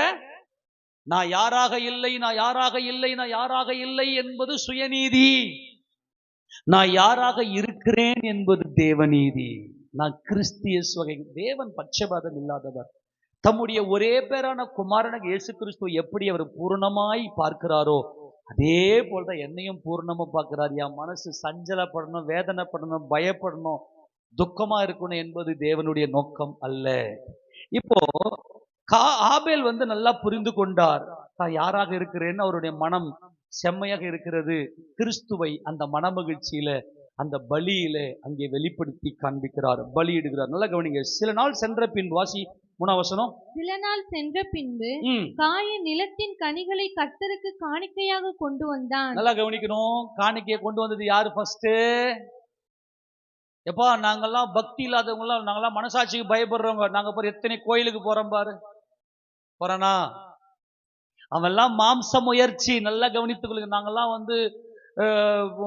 அவனா மாதிரிலாம் நாங்களாம் கடவுளுக்கு பயப்படுறவங்க. இந்த கடவுளுக்கு பயப்படுறது என்று சொல்றது என்பது உலகத்தில் இருக்கிற எல்லாருக்கும் மனசாட்சி இருக்கு. காட்டுல இருக்கக்கூடிய ஆதிவாசி கூட என்ன செய்வோம் அப்படின்னா, தன்னை கடவுள் பக்தி உடையவனாக காட்டிக்கொண்டே இருப்பான். அவன் என்ன செய்வான்னா, ஏதோ ஒரு கடவுளை, இவனே ஒரு கடவுளை கிரியேட் பண்ணி இவன் தான் ஃபர்ஸ்ட் பதறுவான். இப்ப அவங்களுடைய விக்கிரக ஆராதனைக்காரர்களுடைய இந்த காரியத்தெல்லாம் பாருங்க பார்க்கலாம். புது புது புது புது புது சடங்குகளை செஞ்சுக்கினே இருந்து இவன் என்ன பண்ண, பதறிக்கினே இருப்பான்.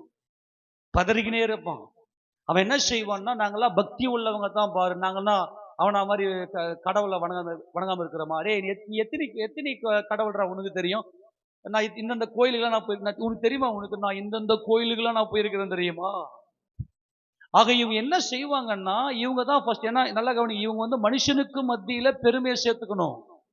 இப்ப காயின் தான் ஃபர்ஸ்ட் என்ன பண்றான்னா, நான் கர்த்தருக்கு காணிக்கை கொண்டு வரேன் அப்படின்னு சொல்லி இவன் என்ன செய்யறான்னா, இவன் தேவனுடைய பரிசுத்தத்தின் நினைவு கூறுதலை கொண்டாடவில்லை, கிறிஸ்துவை கற்றுக்கொள்ளவில்லை, வேதத்தை கற்றுக்கொள்ளவில்லை, வேதத்தை அறியல. இந்த வேதமே யாருன்னா வார்த்தையானவர் கிறிஸ்து இயேசு. இவன் என்ன செய்யறான்னாக்கா, பயிரிடுகிறவனாக்க ஒரு விவசாயி. இவர் யார்? இவரு விவசாயி. இவர் இன்னைக்கும் அரசியல் எதை நோக்கி தான் போய்ங்குது. விவசாயி பச்சை ஒரு துண்டு எது தோல் மேல போட்டுனாவே எல்லாம் முடிஞ்சு போச்சு. நல்லா கவனிங்க. அப்பனா விவசாயி நான் அகைன்ஸ்டா பேசுறேன் அப்படி அல்ல, நல்லா புரிந்து கொள்ளுங்க. அதுல நிறைய ஆவிக்குரிய அர்த்தங்கள் இருக்கிறது. ஆவிக்குரிய ரீதியில தேவ கிருபையில நான் செய்கிறேன், எல்லாவற்றையும் எதை செய்தாலும் நான் தேவனுடைய கிருபையில செய்கிறேன் என்பதை புரிந்து கொள்ள வேண்டும். இப்ப இந்த இடத்துல நாம் என்ன அறிந்து கொள்கிறோம் என்றால், பரிசுத்த ஆவியானவருடைய சத்தத்துக்கு செவி கொடுத்த இந்த ஆபேல் நான் யாராக இருக்கிறேன் என்றால், நான் சர்வ சிருஷ்டிக்கும் முந்தின பெரு சேஷ்ட புத்திரன். இந்த சேஷ்ட புத்திரன் என்பவன் அப்பாவுடைய ஸ்தானத்துல அப்பாவுடைய நீதியை செய்கிறவன் தான் சேஷ்ட புத்திரன். இதை பல முறை நம்ம பார்த்துட்டோம். இந்த கொழுமை என்பது அப்பாவால் மகிமை அடைந்த அப்பாவின் சித்தத்தை பலத்தோடு செய்ததுதான் கொழுமை. அவர் எப்படி ஆபேல் கொண்டு வர பாருங்க, 14ஆம் வசனம் வாசிங்க. ஆபேலும் தன் மந்தையின் தலையீற்றுகளிலும் அவைகளில் கொழுமையானவைகளிலும் சிலவற்றை கொண்டு வந்தான். ஆபேலையும் அவன் காணிக்கையும் கர்த்தர் அங்கீகரித்தார், காயினையும் அவன் காணிக்கையும் அவர் அங்கீகரிக்கவில்லை. நல்லா கவனிக்கணும். இங்க என்ன நடந்துச்சு? ஆபேல் என்ன செய்யறாருன்னா, நல்லா கவனிங்க, நான் சொல்லி முடிக்கிறேன். ரொம்ப முக்கியமான சத்தியம். உனக்காக நான் என்ன செய்திருக்கிறேன், நீ என்னை ஏற்றுக்கொண்டாயா? நீ என்னை ஏற்றுக்கொண்டது உண்மையானால், நீ யாராக இருக்கிறாய் என்பதை நீ என்னில் பார்த்தது உண்டானால், நீ என்னை போலவே கிறிஸ்துவை போலவே நம்மை வெளிப்படுத்தி கொண்டே இருப்போம். இவர் செய்கிறது என்னன்னா, என் கர்த்தர் தான் தலையீற்று, அவர்தான் கொழுமை. தலையீற்று என்பது சேஷ்ட புத்திரன், இயேசு கிறிஸ்து தான் சேஷ்ட புத்திரன். கொழுமை என்பது எல்லா காலத்திலுமே அவர் தேவனுடைய சித்தத்துக்கு தம்மை பலியாக ஒப்பு கொடுத்த உத்தம குமாரன். ஆக இந்த கிறிஸ்துவின் பலியை, கிறிஸ்து இயேசுவை தன் சொந்த இரட்சகராக ஆபேல் ஏற்றுக்கொண்டபடினாலே, கிறிஸ்து இயேசுவை தன் இருதயத்தில் தரித்து கொண்டபடினாலே, இப்ப இவரும் என்ன செய்யறாருன்னா, நான் யாராக இருக்கிறேன் என்றால், என் கர்த்தராகிய கிறிஸ்து இயேசுவை போலவே நானும் தலையீற்று, நானும் இப்பொழுது கொழுமை. கரங்களை ஆமென் சொல்லாமா? ஆமென் சொல்லாமா? ஈஸியா கண்டுபிடிச்சிடலாம் ஆவிக்குரிய வாழ்க்கைய. கிறிஸ்துவை நீங்கள் எந்த அளவுக்கு அறிந்திருக்கிறீர்களோ அதை அப்படியே வெளிப்படுத்துவீங்க. நான் யாராக இருக்கிறேன்? 2 பேரும் ஜெபம் பண்ண போனாங்க. ஒருத்தன் பரிசேயன், ஒருத்தன் ஆயக்காரன். பரிசேயன் என்ன சொல்றான்? ஆண்டவரே, இந்த பரிகாரர், இந்த ஆயக்காரன், பரிகாரம் போல நான் இல்ல, ஆயக்காரன் போல நான் இல்ல, இவனா மாதிரி நான் இல்ல, அவனா மாதிரி நான் இல்ல. என்னைக்கு நீ பதறியோ, இந்த பதறுதல் என்பது பொல்லாத ஆவி அது. ஆனால் இந்த ஆயக்காரன் போனா, தன் கண்களையும் வானத்துக்கு நேராக ஏறெடுக்க துணியாமல், இப்ப நான் யாராக இருக்கிறேன்? பாவியாகி எம்மேல கிருபையாய் இருக்கிறீர், நீர்தான் தலையீற்று, நீர்தான் கொழுமை. தலையீற்று என்பது சர்வ சிருஷ்டிக்கும் முந்தின பேரு சேஷ்டபுத்திரன். கொழுமை என்பது எல்லா காலத்திலும் தேவனுக்கு ஒப்பு கொடுத்த உத்தம குமாரன் நீர். ஆக என் மேல நீர் கிருபை கிருபையா இருக்கிறீர். அந்த கிருபையை பற்றி கொண்டவனாக உம்மை போல நானும் இருக்கிறேன். அப்ப கிறிஸ்துவை போலவே செயல்படுவாங்க. வேதத்தை கற்றுக்கொள்ளுங்கம்மா ப்ளீஸ். வசந்த வாசிங்க, வசனத்தை வாசிங்க. பரிசுத்த ஆவியானவர் சொல்லி கொடுப்பார். நீ பைபிள் எடுத்து ஓபன் பண்ணி உட்காரு. நீ பைபிள் எடுத்து உட்கார்ந்தனாவே பரிசுத்த ஆவியானவர் சொல்லி கொடுப்பார். நீ யாருன்னு தான் காட்டுவார் உனக்கு. அதனால்தான் கிறிஸ்துவை அப்படியே பிரதிபலிக்கிறார். நான் யாராக இருக்கிறேன். இவன் என்ன பண்றான்னா, இந்த பரிசேயன் போய், இதுதான் காயினுடைய ஆவி. இந்த காயினுடைய ஆவி என்ன பண்ணுதுன்னா, நான்லாம் எவ்வளவு பக்தி பார் அப்படின்னு மனுஷனுக்கும் முன்பதாக இவனே ஒரு காரியத்தை கிரியேட் பண்ணி, இவனே ஒரு கடவுளை கிரியேட் பண்ணி இந்த சடங்காச்சாரத்தை உள்ள கொண்டு வந்துருவான். இப்போ நம்ம ஆளு செய்யற எல்லாத்துக்கும் பாருங்க போல ஒரு சடங்கு வச்சுட்டு இருப்பான். அந்த சடங்குல நீங்க சாதாரண நினைக்காதீங்க, அதுல பயங்கரமான அசுத்த ஆவி உள்ள வந்துடும். சந்ததியே அடிச்சு காலி பண்ற நம்ம ஆட்களுக்கு தெரிய மாட்டேங்குது. நம்ம ஆளுக்கு தெரிய மாட்டேங்குது. கவனிங்க, அது சந்ததியே அடிச்சு காலி பண்ணிடும். நீ செய்யற ஒரு சடங்குலையும் பிசாசு உள்ள வந்து புகுந்துருவான். நம்ம ஆட்டு இதெல்லாம் வேணாங்க, உங்க நன்மைக்காக சொல்றோம், ஆனா தெரிய மாட்டேங்குது. மனுஷனுக்கு பயப்படுறாங்க. மனுஷனுக்கு பயம். அவனுக்கு முன்னாடி நான் எவ்வளவு பெரிய நீதிமான்னு காட்டணும். இப்ப இந்த காயினுடைய ஆவியில என்ன நடந்துச்சுன்னாக்கா, அவனுடைய தேவன் அவனுடைய வயிறாக இருந்தது. அதனால்தான் அவன் என்ன செஞ்சான்னா, வெறும் காய்கறிகளை கொண்டு போய் இவனே என்ன பண்றான், இப்படிதான் ஆண்டவரை ஆராதிக்கணும். அவர் யாரு என்பதெல்லாம் பார்க்கல. நான் யாராக இல்லை, நான் கடவுள் பக்தி இல்லாதவன் எல்லாம் சொல்றேன். எனக்கு மனசாட்சி இருக்கு, நான் கடவுளுக்கு பயப்படுறேன், நானும் கோயிலுக்கு போறேன் பாரு. இது ரொம்ப முக்கியமான ஒன்று. இந்த பக்தி, தேவ பக்தி என்பது மிக முக்கியமான ஒன்று மனுஷங்க மத்தியில. ஏன்னா நான் கடவுளுக்கு பயப்படுறவங்க, ஏன்னா மனசாட்சி உள்ளவன் தான் அப்படின்னு காட்டுறது. எல்லா விஷயத்திலுமே பார்த்தீங்கன்னா, நான் யாராக இல்லை என்று சொல்லுகிறவர்கள் பதறுவார்கள். ஆனால் நான் யாராக இருக்கிறேன், நான் கிறிஸ்து இயேசுவாக இருக்கிறேன் என்பதை உணர்ந்தவர்கள் அப்படியே அமைதியா இருப்பாங்க. ஏன்னா அவங்க தேவனுக்கு முன்னாடி நிற்கிறாங்க.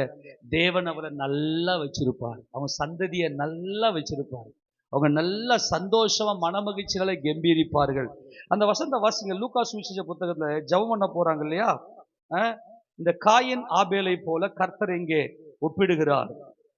லூக்கா சுவிசேஷம் 18வது அதிகாரத்துல இந்த சம்பவத்தை நாம் வாசிக்கலாம். 10 வாசிக்க பார்க்கலாம். 2 மனுஷர் ஜெபம் பண்ணும்படி தேவாலயத்துக்கு 9 வாசிங்க. அன்றியும் தங்களை நீதிமான்கள் என்று நம்பி மற்றவர்களை அற்பமாய் எண்ணின சிலரை குறித்து அவர் ஒரு உவமையை சொன்னார். 2 மனுஷர் ஜெபம் பண்ணும்படி தேவாலயத்துக்கு போனார்கள். ஒருவன் பரிசேயன், மற்றவன் ஆயக்காரன். இவங்க என்ன பண்ணா, தங்களை நீதிமான்கள் என்று நம்பி, இல்லையா? யார் இவங்க?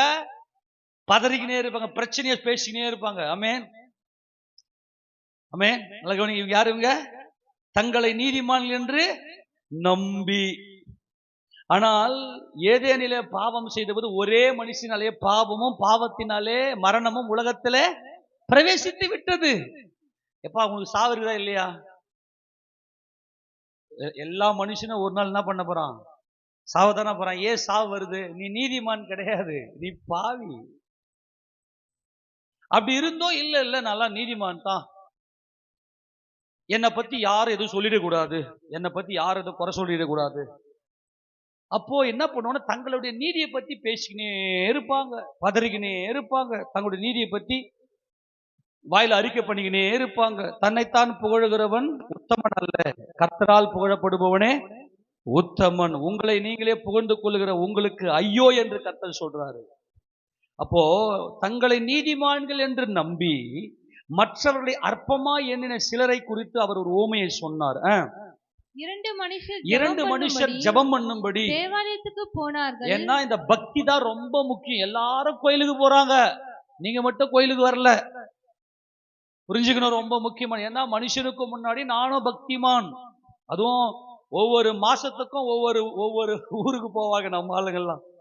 இந்திய தேசத்துல, தமிழகத்துல நீங்க பாத்தீங்கன்னா ஒவ்வொரு மாசத்துக்கும் ஒவ்வொரு ஊருக்கு போவாங்க, ஒவ்வொரு கிழமைக்கும் ஒவ்வொரு விக்கிரகத்துக்கு போவாங்க. நாங்களாம் இத்தனை இதுல போறோம், இந்த கோயிலுக்கு நாங்க போறோம். ஒரு அமாவாசையை விட மாட்டோம், ஒரு பௌர்ணமி விட மாட்டோம், ஒரு செவ்வாய்க்கிழமை ஒவ்வொரு கிழமைக்கும் ஒவ்வொரு ஸ்பெஷலை வச்சுன்னு போய் நிற்பாங்க. இவங்க தான் என்னன்னாக்கா ஜெபம் பண்ணதுல என்ன, நாங்களும் கடவுளை கிட்டதான் போய் நிக்கிறோம். உலகத்தின் பார்வையில நான் மற்றவனா மாதிரி இல்லை, நான் ஒன்னும் கடவுளை தேடாம மனசாட்சி இல்லாதவங்கலாம் இல்ல. வாசிக்க போகலாங்க. பரிசேயன் நின்று, தேவனே நான் பரிகாரர், நான் பரிகாரர்னா திருடன், பரிகார கூட்டம்னா திருட கூட்டம், திருடன், அப்புறம் அநியாயக்காரர், விபச்சாரக்காரர் ஆகிய மற்ற மனுஷரை போலவும் இந்த ஆயக்காரனை போல விராததால் உம்மை ஸ்தோத்திரிக்கிறேன். ஐயோ, இவர் சொல்றாரு, கவனிங்க, நீ நன்றாய் இருப்பதற்கு நீ செம்மையான இருதயம் உள்ளவனாயிரு. நீ செம்மையான இருதயம் உள்ளவனா இருக்கணும்னா என் நியாயங்களை, என் பிரமாணங்களை, என் கட்டளைகளை நீ கற்றுக்கொள், கவனித்து கேள், உன் சிந்தனையில வை. ஆனா இவன் என்ன பண்றான்? வசனத்தெல்லாம் விட்டுட்டான். சுய நீதியில, ஐயோ எனக்குள்ள திருட்டு என்ன இருக்கு, ஆனா பயந்து ஜனங்க என்ன திருடுனா என்ன சொல்லிடுவாங்க அப்படின்னு நினைச்சு நான் திருடாம இருக்கிறேன், நடிக்கிறேன், எல்லா இடத்துலயும் தெரியாம திருடி இருப்போம். ஆனா இவர் என்ன பண்றாருன்னா, நான் திருடல, அந்த பரிகாரனா போல, அப்புறம் உணர்வு அநியாயக்காரனா போல, விபச்சாரக்காரர போல நான் இல்ல அப்படின்னு தேவனுக்கு முன்னாடியே போய் காட்டுறது. இவங்க என்ன பண்ணுவாங்கன்னா, தங்களுடைய வாயில தங்களுடைய பெருமையை பத்தி பேசிக்கினே இருப்பாங்க. தங்களுடைய பெருமை பத்தி பேசணும் அப்படின்னா, மற்றவங்களை பத்தி குறை சொன்னா தான் நீ பெருமையா இருப்ப. ஏதோ ஒண்ணு கரெக்டா இருக்குங்க, நான் தப்பெல்லாம் சொல்ல, கரெக்டா பாருங்க, கையும் மெய்யவா பிடிச்சிருக்கேன் பாருங்க. ஏன்னா பரிசேயர்கள் எப்பவுமே கையை மெய்யவா பிடிக்கிறவங்க. ஒரு ஸ்திரீ விபச்சாரம் பண்ணி கொண்டிருந்தாலாம், ஆண்டவர்கிட்ட வந்து, ஆண்டவரே எனக்கு கையை மெய்யவா பிடிச்சோம், நீ ஏன்டா விபச்சாரம் பண்றதுக்கு நீ என்ன போற? இவருக்கு பெரிய நீதிமான் நினைப்பு மனசுக்குள்ள. ஏன்னா அவளா மாதிரிலாம் நாங்களாம் இல்ல. கர்த்தர் சொல்லிட்டாரு, உங்களில் பாவம் செய்யாதவன் கல் எறிஞ்சிட்டு போடா, முதல் கல் எறிஞ்சிட்டு போடான்னு சொல்லிட்டாரு. நம்ம ஆட்களுக்கு தெரியல, உனக்கு சாவு ஒரு நாள் வரப்போத்தானே, அப்புறம் என்னத்துக்கு உங்க உடம்புக்கு நீதியை தர்றீங்க? கிறிஸ்து இயேசுவை உங்கள் இருதயத்தில் தரித்துக் கொள்ளுங்கள், நீங்க நல்லா இருப்பீங்க. வேதத்தை வாசிங்க, கற்றுக்கொள்ளுங்க, புரிந்து கொள்ளுங்க. உங்க இருதயத்துல என்னவாக இருக்கணும், நான் இயேசு கிறிஸ்துவை போல எப்படி மாறணும் கற்றுக்கொள்ளுங்க. இவன் ஜெபம் பண்றான், வாரத்தில் 2 தடவை உபவாசிக்கிறேன், என் சம்பாத்தியத்தில் தசம பாகம் செலுத்தி வருகிறேன் என்று தனக்குள்ளே ஜெபம் பண்ணினான். ஆயக்காரன் தூரத்திலே நின்று தன் கண்களையும் வானத்துக்கு ஏறெடுக்க துணியாமல் தன் மார்பிலே அடித்துக் கொண்டு, தேவனே பாவியாகி என் மேல் இந்த கிருபை, அவருடைய பரிபூரணத்தினாலே நாம் கிருபையின் மேல் கிருபை பெற்றோம். இந்த ஆயக்காரன் செம்மையான இருதயம் உடையவன். இந்த ஆயக்காரன் செம்மையான இருதயத்தை உடையவன். இந்த ஆயக்காரன் கிறிஸ்துவை கற்றுக்கொண்டவன், வேதத்தை கற்றுக்கொண்டவன், நாம் பாவி என்பதை உணர்ந்து கொண்டவருடைய கிருபைக்காக கெஞ்சுகிறவன். இதுதான் ஆபேல். ஆபேலுக்கு தெரிஞ்சு போச்சு நான் யார் என்பது, நான் யாராக இருக்கிறேன். அவருடைய கிருபை என்னன்னைக்கு என் மேல பூரணமா இருக்கிறது. கரங்களத்தில் ஆமென் சொல்லாமா? ஹல்லேலூயா. அவருடைய கிருபை என்னன்னைக்கு என் மேல பூரணமா இருக்கிறது. அதனால மற்ற மனுஷனை போல நான் இல்லைன்னு சொல்லி பதறாதீங்க. ஏன்னா இவங்க என்ன பண்ண பாருங்க, அதுதான் கர்த்தர் சொல்றாரு, தேவன் வானத்தில் இருக்கிறாரு, நீ பூமியில் இருக்கிற, அதனால உன் வார்த்தை சுருக்கமா இருப்பதாக. வார்த்தை ரொம்ப ஜாக்கிரதை. ஏன்னாக்கா நீ பேசுற உன் பேச்செல்லாம் எப்படிப்பட்டதுன்னா உன் பெருமை பத்தி தான் இருக்கும். அநேகர் என்ன செய்வாங்கன்னா, தங்களை தாங்களே புகழ்ந்து கொள்வார். உண்மையுள்ள மனுஷனை கண்டுபிடிப்பவன் யார்? உண்மையுள்ள நீதிமொழிகள் 10 வசனத்தை வாசிக்க பார்க்கலாம். உண்மையுள்ள மனுஷனை கண்டுபிடிப்பவன் யார்? 20ஆம் அதிகாரமா நீதிமொழிகள் புத்தகம் 20ஆவது அதிகாரத்துல அங்கே அவன் தன்னை எத்தனை வசனம்? 6ஆம் வசனம் வாசி. மனுஷர் பெரும்பாலும் தங்கள் தயாளத்தை பிரசித்தப்படுத்துவார்கள். உண்மையான மனுஷனை கண்டுபிடி. இந்த உண்மையான மனுஷன் யாரு அப்படின்னா, நான் யாராக இருக்கிறேன், கிறிஸ்தியேசுக்குள்ளாக கிறிஸ்தியேசுவை போல மாறி இருக்கிறேன். நான் என்னன்னைக்கு சந்தோஷமா இருப்பதற்காக அழைக்கப்பட்டவன். ஆமேனா? செமையான இருதயம் எனக்கு எப்பவுமே நான் சந்தோஷமாக மனமகிழ்ச்சினாலே அழைக்கப்பட்டிருக்கணும். இவங்க என்ன பண்ணுவாங்கன்னா வாயை திறந்தாவே பிரச்சனையை கொண்டு வருவாங்க. இவங்களுடைய தயாளத்தை பத்தியே பேசுவாங்க. ஆனால் தேவனுடைய கற்பனைகளை கற்றுக்கொண்டவர்கள் அவங்க என்ன பண்ண மாட்டாங்க, அவங்களுக்கு சத்துருவே கிடையாது அவங்களுக்கு. அதனால நாம் நல்லா அன்பாய் புரிந்து கொள்ளுங்க, வேதத்தை நல்லா கற்றுக்கொள்ளுங்க. பரிசுத்த ஆவியானவர் என்றென்றைக்கும் செயல்படுகிறவர், எல்லா காலத்துக்கும் உரியவர், நித்திய காலமாக நம்முடைய இருதயத்துக்குள்ள ஜீவ காலமாய் ஊறுகிறவர், நம்முடைய இருதயத்துக்குள்ள இந்த வாசமா இருக்கிறார். காலையில போயிட்டு அவருடைய சத்தத்தை கேளுங்க, நல்லா ஜெபம் பண்ணிட்டு கொஞ்ச நேரம் வசனத்தை கேளுங்க. அப்படி வசனத்தை உங்களால படிக்க முடியலன்னா பிரசங்கத்தை உங்க சிந்தனையில கொண்டு வந்து இந்த வாரம் அப்படியே உங்க நினைவில் அப்படியே வாங்க. இந்த வாரம் என்ன நம்ம பார்த்தோம், இன்னைக்கு என்ன செய்தியை நம்ம கேட்டோம், ஆண்டவர் எவ்வளவு நல்ல, அந்த வசனத்தை அப்படியே நினைவு கூறுங்க. பரிசுத்த ஆவியானவர் உங்களோடு கூட சேர்ந்து கிறிஸ்து இயேசுவை தரித்து கொள்ளும்படியாக கொண்டு வருவார். அப்ப அந்த செம்மையான இருதயம் உங்களுக்குள்ள வந்துச்சுன்னாவே நீங்க நல்லா தான் இருப்பீங்க. இன்னொரு வசனத்தை வாசிங்க பார்க்கலாம். இந்த 2 பேருடைய ஜெபம், இந்த காயின் ஆபேலுடைய ஜெபத்தை 15வது அதிகாரம் நீதிமொழிகள் புத்தகத்தை வாசிங்க, 8ஆம் வசனத்தை வாசிங்க. துன்மார்கனுடைய பலி கர்த்தருக்கு அருவருப்பானது, செம்மையானுடைய ஜெபமோ அவருக்கு பிரியம். இந்த ஜெபத்துல தான் கர்த்தர் என்ன செய்யறாருன்னா, நமக்கு ஜெபம் அப்படின்னா தேவ சிந்தை. ஜெபம்னா என்ன? தேவ சிந்தை. நான் ஜெபிக்கிறேன் அப்படின்னு சொல்லிட்டு ஒரு இடத்த, ஒரு டைமை, ஒரு டைமை ஒதுக்கி, ஏன்னா நம்ம நேரத்துக்குள்ளாக இருக்கிறோம், நம்முடைய மாம்சத்தை எல்லாம் அடக்கி ஒடுக்கி ஒரு டைமுக்குள்ள போய் உட்காந்து ஜெபிக்கிறோம்.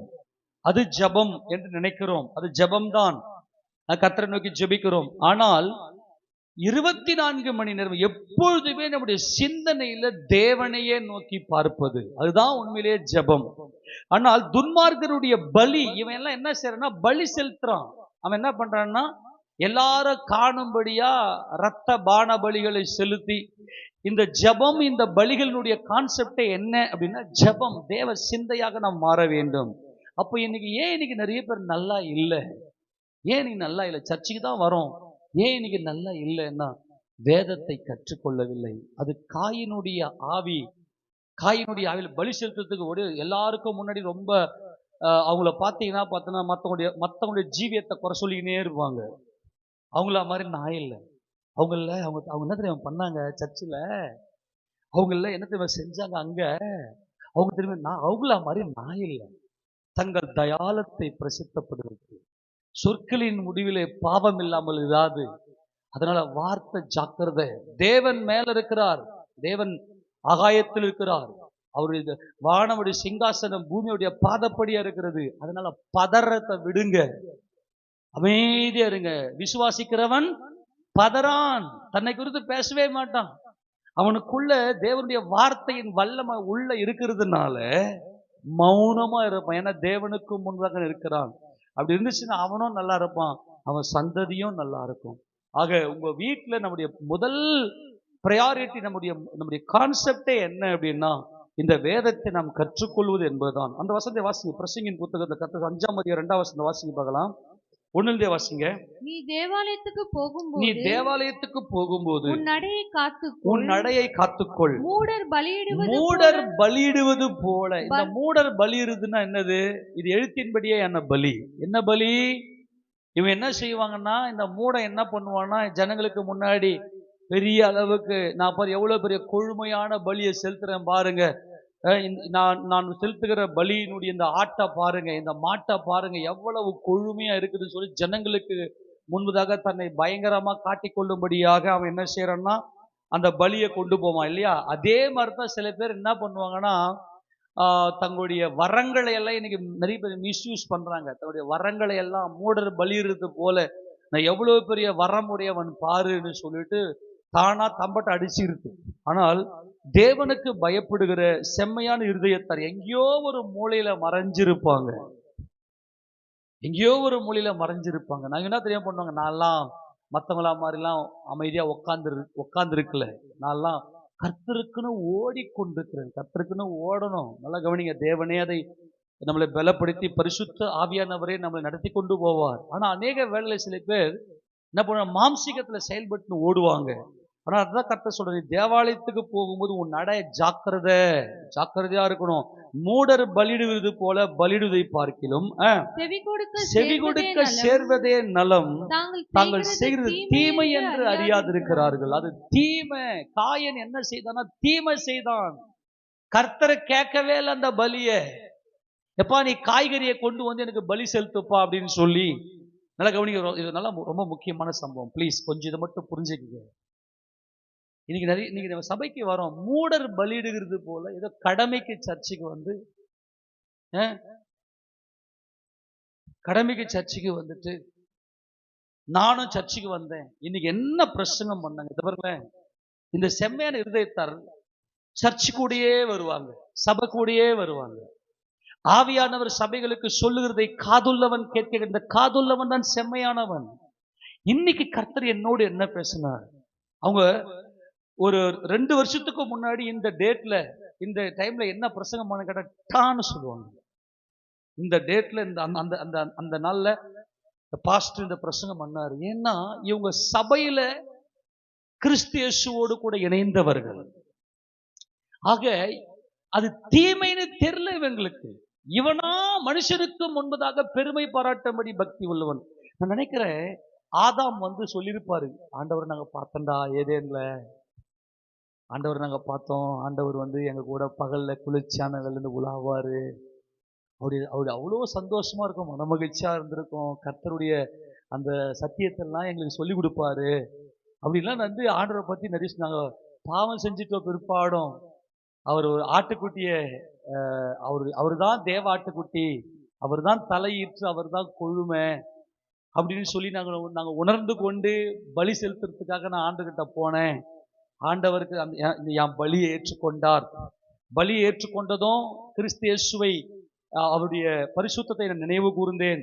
அதனால தான் அவருக்கு தோல் உடைய எனக்கு உடையான்னு எடுத்துக்கோ, நீ நிர்வாணி ஆயிட்ட, உன் நிர்வாணத்தை என் பலியினால மூடுறேன், உன் நிர்வாணத்தை அந்த நீதியின் வஸ்திரம். அவருடைய பலின அந்த கிறிஸ்துவின் பலி, அவர்தான் குமாரன், அவர்தான் பரிசுத்தர், அவர் ஒருபோதும் தான் சுயசித்தம் செய்யல. இது சொன்னதும் ஆபேலுக்குள்ள பரிசுத்த ஆவியானவர் கொழுந்து விட்டு எரிந்திருப்பார். அந்த தேவனுடைய பிரசன்னத்துக்கு காத்திருந்தார். அவர் குமாரனை போல இவர் மாறும்படியா கிறிஸ்துவினுடைய அந்த அன்புல மனமகிழ்ச்சி, அந்த மனமகிழ்ச்சி சத்துருவே எனக்கு இல்லை, எனக்கு சத்துருவே இல்லை என்கின்ற அந்த ஸ்டேஜ் வருகிற வரைக்கும் அவர் காத்திருந்தார். ஆனா காயன் என்ன செய்யறான்னாக்கா, இந்த தேவாலயத்துக்கு அந்த தேவ சமூகத்துக்கு வரும்போது கரெக்டா இருக்கணும். தேவன் சொல்லி இந்த காரியத்தை ஒவ்வொரு காரியத்திலும் செய்யணும். மூடர் பலியிடுறத போல பலியிடக்கூடாது. இப்போ உதாரணத்துக்கு ஒரு சர்ச்சு ஆராதனை அப்படின்னு சொன்னாக்கா ஒரே மாதிரி போகணும் அப்படி கிடையாது. ஒவ்வொரு முறையும் தேவன் ஃப்ரெஷ்ஷா, ஏன்னா முன்னாடி செஞ்சது மாதிரியே செய்யறது என்பது மனித அறிவு, அது பாரம்பரியம். அதான் இன்னைக்கு பிரச்சனை. பாஸ்டர் அன்னைக்கு அவங்களுக்கு ஒரு மாதிரி பண்ணாரு, இன்னைக்கு வேற மாதிரி பண்றாரு, நாளைக்கும் வேற மாதிரி தான் பண்ணுவோம். ஏன் அப்படின்னா ஃப்ரெஷ் பரிசுத்த ஆவியன் இப்ப என்ன சொல்றாரு, தேவன் இப்ப என்ன சொல்றாரு, நேத்து நம்முடைய எக்ஸ்பீரியன்ஸ் வருதுன்னா அது என்னுடைய மாம்சீகம். அப்படி வரக்கூட ஒரு மனிதனுடைய மாம்சீகம் வெளிப்படக்கூடாது. பாஸ்டருக்கு அவங்களுக்கு ஒரு மாதிரி பண்ண, எனக்கு ஒரு மாதிரி பண்ண, ஆமா நாளைக்கு இன்னொருத்துக்கு வேற மாதிரி பண்ணுவோம். இதை புரிஞ்சுக்கணும் நீங்க, இன்னைக்கு தேவன் எப்படி நடத்துறாரு. அப்போ மூடர் பலிடுவது போல இவங்க என்ன செய்யறாங்கன்னா பலியிடக்கூடாது, அது தீமை என்று அறியல. தேவ சமூகத்தில் நீ துணிகரமா வாயினால் பேசாமலும் மனம் பதறி ஒரு வார்த்தையும் சொல்லாமலும், ஒரு வார்த்தை வருதுன்னா அது தேவன் சொல்றாரா? எங்க சர்ச்சில் மட்டும் இல்லைங்க, தேவ சமூகம், the presence of God, அதுல கர்த்தர் கூர்ந்து. இப்போ கவனிங்க, எல்லா இடமும் எங்கும் தேவன் இருக்கிறா, நம்முடைய இருதயம் தேவனோடு இருக்குது. அவங்க ஒரு வார்த்தை தேவன் சொல்லாம வெளி வராத வார்த்தை. சில பேர் வாயை திறந்தாவே எதனாவது பேசி, எதனாவது கமெண்ட் அடிச்சு, யாரை பத்தினா பேசி, எப்படிங்க நல்லா இருப்பீங்க? நீ நல்லா இருக்கணும்னு தேவன் விரும்புறாரு, நீ நல்லா இருக்கணும்னு தேவன் விரும்புறாரு. அங்க சொல்றாரு பாருங்க, மனம் பதறி ஒரு வார்த்தையும் சொல்லாமலும் இரு. தேவன் வானத்தில் இருக்கிறார், நீ நீ பூமியில் பூமியில் இருக்கிறார். ஆதலால் ஆதலால் உன் வார்த்தைகள் சுருக்கம். இந்த சுருக்கம்னா என்னது? நீ என்ன பேசணும்? உன் இருதயத்தின் நிறைவினால் வாய் பேசும். உன் இருதயத்துல கிறிஸ்துவின் வார்த்தை, கிறிஸ்துவின் கட்டளைகள் உன் இருதயத்தில் இருக்குமே ஆனால் கிறிஸ்துவின் வார்த்தையை மட்டும் நீ பேச. கிறிஸ்து என்ன சொல்றாரு? இப்ப நான் என்ன பேசணும்? கிறிஸ்துவின் மகிமையை பற்றியே பேசணும். தேவையில்லாத வார்த்தைகளை பேசக்கூடாது. சரி, இப்போ காயினுடைய பலியை கர்த்தர் அங்கீகரிக்கவில்லை, ஆபேலுடைய பலியை அங்கீகரித்தார் அப்படின்னா என்ன? எப்படி கண்டுபிடிச்சாங்க இவங்க? கர்த்தர் தான் அங்கீகரிச்சார், அங்கீகரிக்கலன்னு எப்படி கண்டுபிடிச்சாங்க? எப்படி கண்டுபிடிச்சிருப்பாங்க சொல்லுங்க? சொல்லி முடிக்கிற அந்த புரிஞ்சு கொள்ளுங்க. இப்ப காயினுடைய பலியை கர்த்தர் அங்கீகரிக்கல, ஆபேலுடைய பலியை அங்கீகரித்தார். என்ன நடந்திருக்குவாங்க?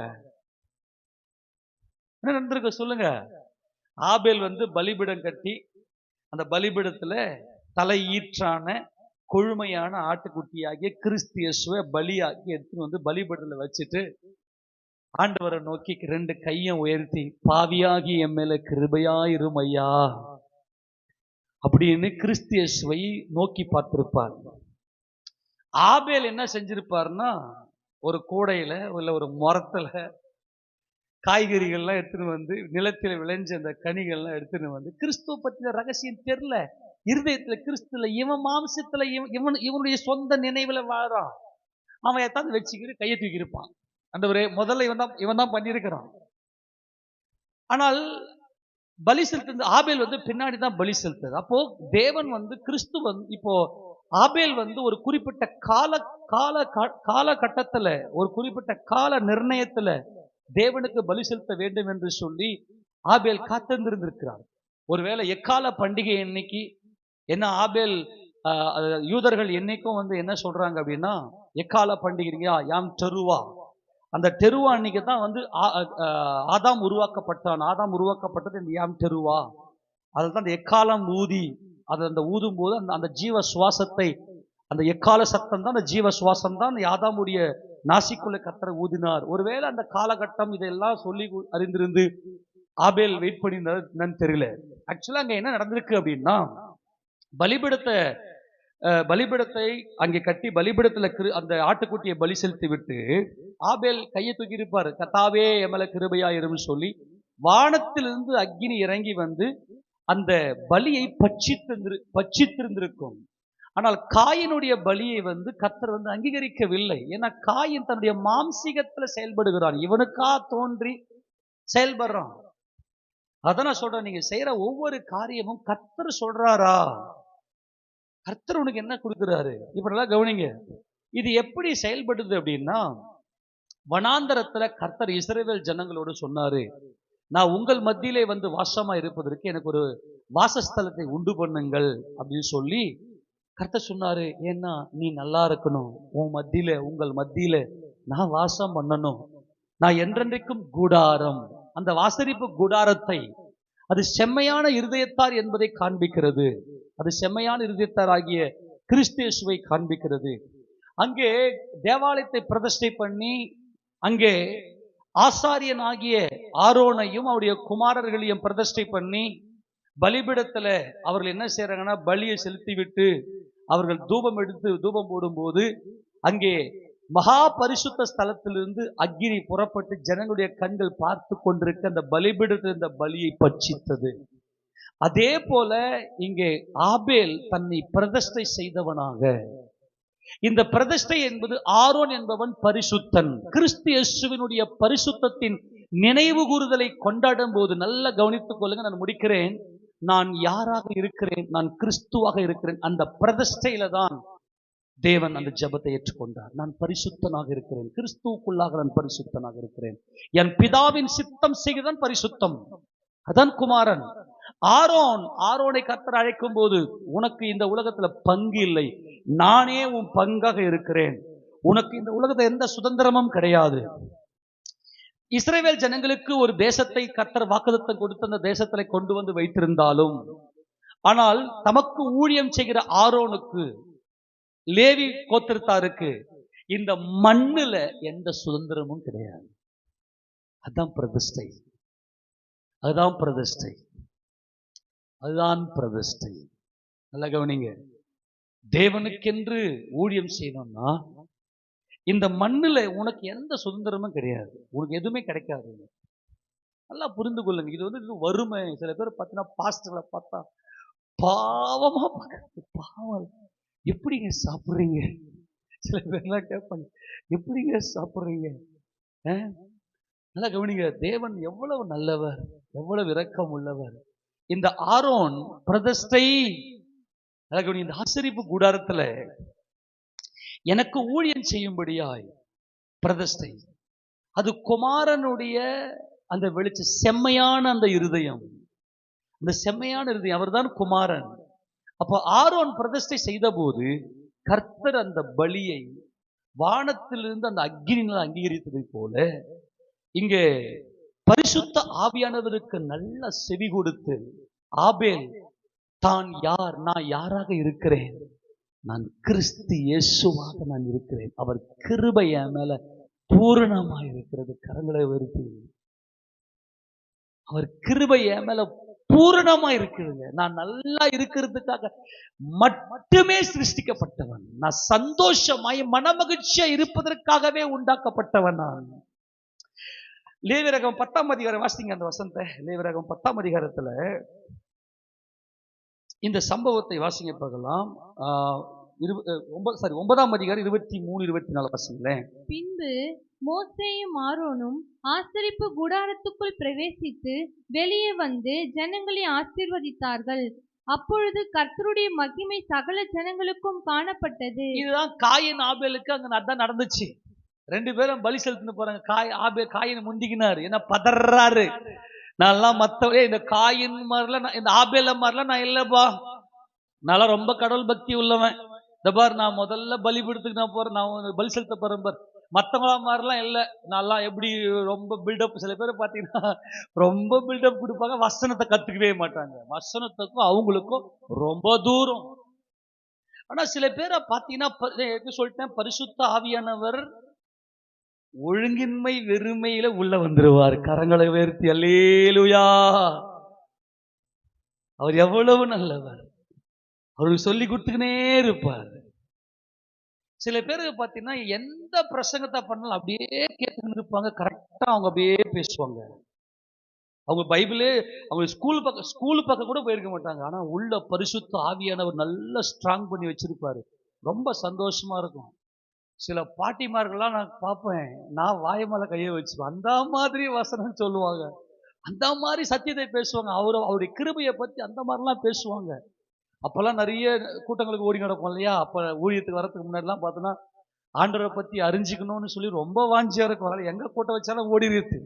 அப்பெல்லாம் பார்க்கும்போது நான் பார்த்தேன்னா சுத்தி பார்ப்பேன், அங்க யாரெல்லாம் வசனம் பேசுறாங்க, என்னென்ன எதெல்லாம் பேசுறாங்க அப்படிலாம் பார்க்கும்போது இந்த பெருசுங்கள்லாம் ஒன்று சேர்ந்துச்சுன்னா கொஞ்சம் மூப்பர்கள், எல்டர்ஸ், அதாவது எல்டர்ஸ்னா வயது முதிர்ந்தவர்கள், அவங்கெல்லாம் பார்த்து ஏதோ ஒரு சப்ஜெக்ட் எடுத்து டிஸ்கஸ் பண்ண உட்காந்துங்கன்னு, அதெல்லாம் போய் பக்கத்தில் உட்காந்து உத்து இப்படியெல்லாம் தான் தியானம் பண்ணாமா வசனத்தை.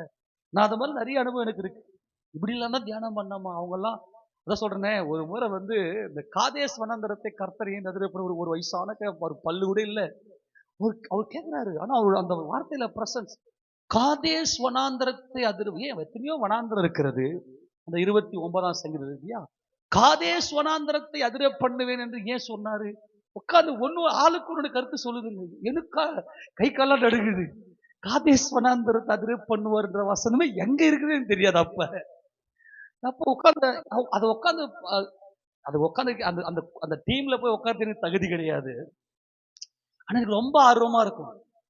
அதை உட்காந்து கேட்கும் போது எனக்கு அவங்க அந்த அளவுக்கு டிஸ்கஸ் பண்ணுவாங்க. அவங்க ஒவ்வொருத்தரும் ஒவ்வொரு மாதிரி அதை கருத்து சொல்லும் போது நம்ம எந்த கருத்தல்றா இருக்கிறோம் நம்ம அப்படின்ற மாதிரி இருக்கும். அந்த மாதிரி கர்த்தருடைய வார்த்தையை கற்றுக்கொள்வார்கள். அந்த வார்த்தை பேச அந்த கேட்கறதுல அவ்வளவு வாஞ்சை இருக்கும். அதே மாதிரிதான் இங்க அதை கேட்டுட்டோம், ஒரு ஸ்டேஜ்ல வந்த உடனே பிரதிஷ்டைன்னு வந்துடும். இந்த பிரதிஷ்டை என்பது அதை பேசினாலே ஒரு மாதிரி இருக்கும். அது முழுக்க தலையீற்று, அது சேஷ்டபுத்திரன், அது கொழுமை என்கின்ற மகிமைக்குள்ளாக கடந்து போயிடும். அதுலதான் வந்து என்னன்னா, நீ நல்லா இருப்ப, எல்லாமே நல்லதுதான் நடக்கும், உனக்கு சத்துருவே இருக்க மாட்டாங்க. அப்போ இவங்க என்ன செய்யறாருன்னா, இங்க பிரதிஷ்டை பண்ணும்போது அப்போது கர்த்தருடைய மகிமை சகல ஜனங்களுக்கும் காணப்பட்டது. அன்றியும் அன்றியும் கர்த்தருடைய சந்நிதியிலிருந்து அக்கினி புறப்பட்டு பலிபீடத்தின் மேல் இருந்த சர்வாங்க தகன பலியையும் கொழுப்பையும் எரித்து விட்டது. ஜனங்கள் எல்லாரும் அதை கண்டபோது ஆரவாரித்து முகங்குப்புற விழுந்தார்கள். இப்போ ஆபேல் ஆரவாரிக்கிறேன்னா தலையீற்று பலிபீடம், அப்புறம் கொழுப்பு, என்ன கொழுப்பு தான் எல்லாமே இல்லையா, ஆண் கொழுப்பு பெண் கொழுப்பு இல்லையா. விதையடிக்கப்பட்டவன், வாயத்தனை சொல்லுங்க, விதையடிக்கப்பட்டவன் என் சமூகத்துக்கு வராத. சொல்லுங்க, விதையடிக்கப்பட்டவன் என் சமூகத்துக்கு வராத. சர்ச்சுக்குள்ள வந்து ஏய் நீ என்ன லவ் பண்ணி சுத்தின்னு இருக்கிற, சர்ச்சுக்குள்ள வந்து லவ் பண்ணி உனக்கு அறிவு இல்லை, நீ ஏன்டா லவ் பண்ற அப்படின்னு நீ கேட்டனா, ஐயோ பாவம் உனக்கு. நீ என்ன செய்யணும்னா, நீ தேவ சமூகத்துக்கு போய் உட்கார்ந்து மன்றாடணும், அந்த சகோதரனுக்கு அந்த சகோதரிக்காக. விதையடிக்கப்பட்டவன் அவன் வந்து ஒரு ஆம்பளை உணர்ச்சியே இல்லை, ஒரு பொம்பளை உணர்ச்சியே இல்லைன்னு வச்சுக்கோ, நீ வந்து என்னத்துக்கு உடம்படி பலியாக போற? தேவனுக்கு தேவை பலி. நீங்க போய் விதை அடிக்காதீங்கம்மா ப்ளீஸ்.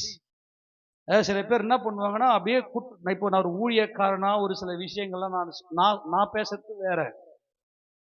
இது வந்து உனக்கு எப்படிப்பட்ட பாவத்தை, எப்படிப்பட்ட ஆக்கினை திருப்பு உனக்கு கொடுக்கும், இந்த விபச்சாரம் எப்படிப்பட்ட பொல்லாத ஆவி என்பதையெல்லாம் நாங்கள் ஆலோசனை கொடுத்து, கொஞ்சம் உங்க மேல அதிகமான அக்கறை இருந்துச்சுன்னா அடியெல்லாம் கொடுத்தெல்லாம் கூட திருப்பி ஏதாவது பண்ணணும்னு பண்ணுவேன். நல்லா கவனிங்க. ஆனால் கர்த்தர் சொல்றாரு, விதையடிக்கப்பட்டவன் என் சமூகத்துக்கு வராதேன்ட்டாரு. அப்ப என்ன அர்த்தம்னா, பிரதிஷ்டை என்பதுல கர்த்தர் மிகுந்த, அதுதான் அவருடைய நோக்கமே. நீ என்ன செய்யணும், நான் ஒன்றுமில்லை என்று சொல்லி தேவனுக்கு முன்பதாக கர்த்தருக்கு முன்பு நான் யாராக இருக்கிறேன், பரிசுத்தன்.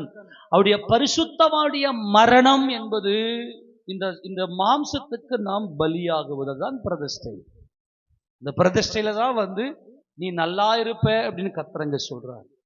அப்ப சபைக்குள்ள வந்து அப்ப நடக்கிற இந்த பாவகாரியங்கள்லாம் அப்ப பார்த்து, பாவகாரியம் நடக்கக்கூடாது. பண்ற பிரசங்கமே உன்னால பாவம் வராதபடிக்கு ஜாக்கிரதை, எச்சரிக்கை, விதை அடி.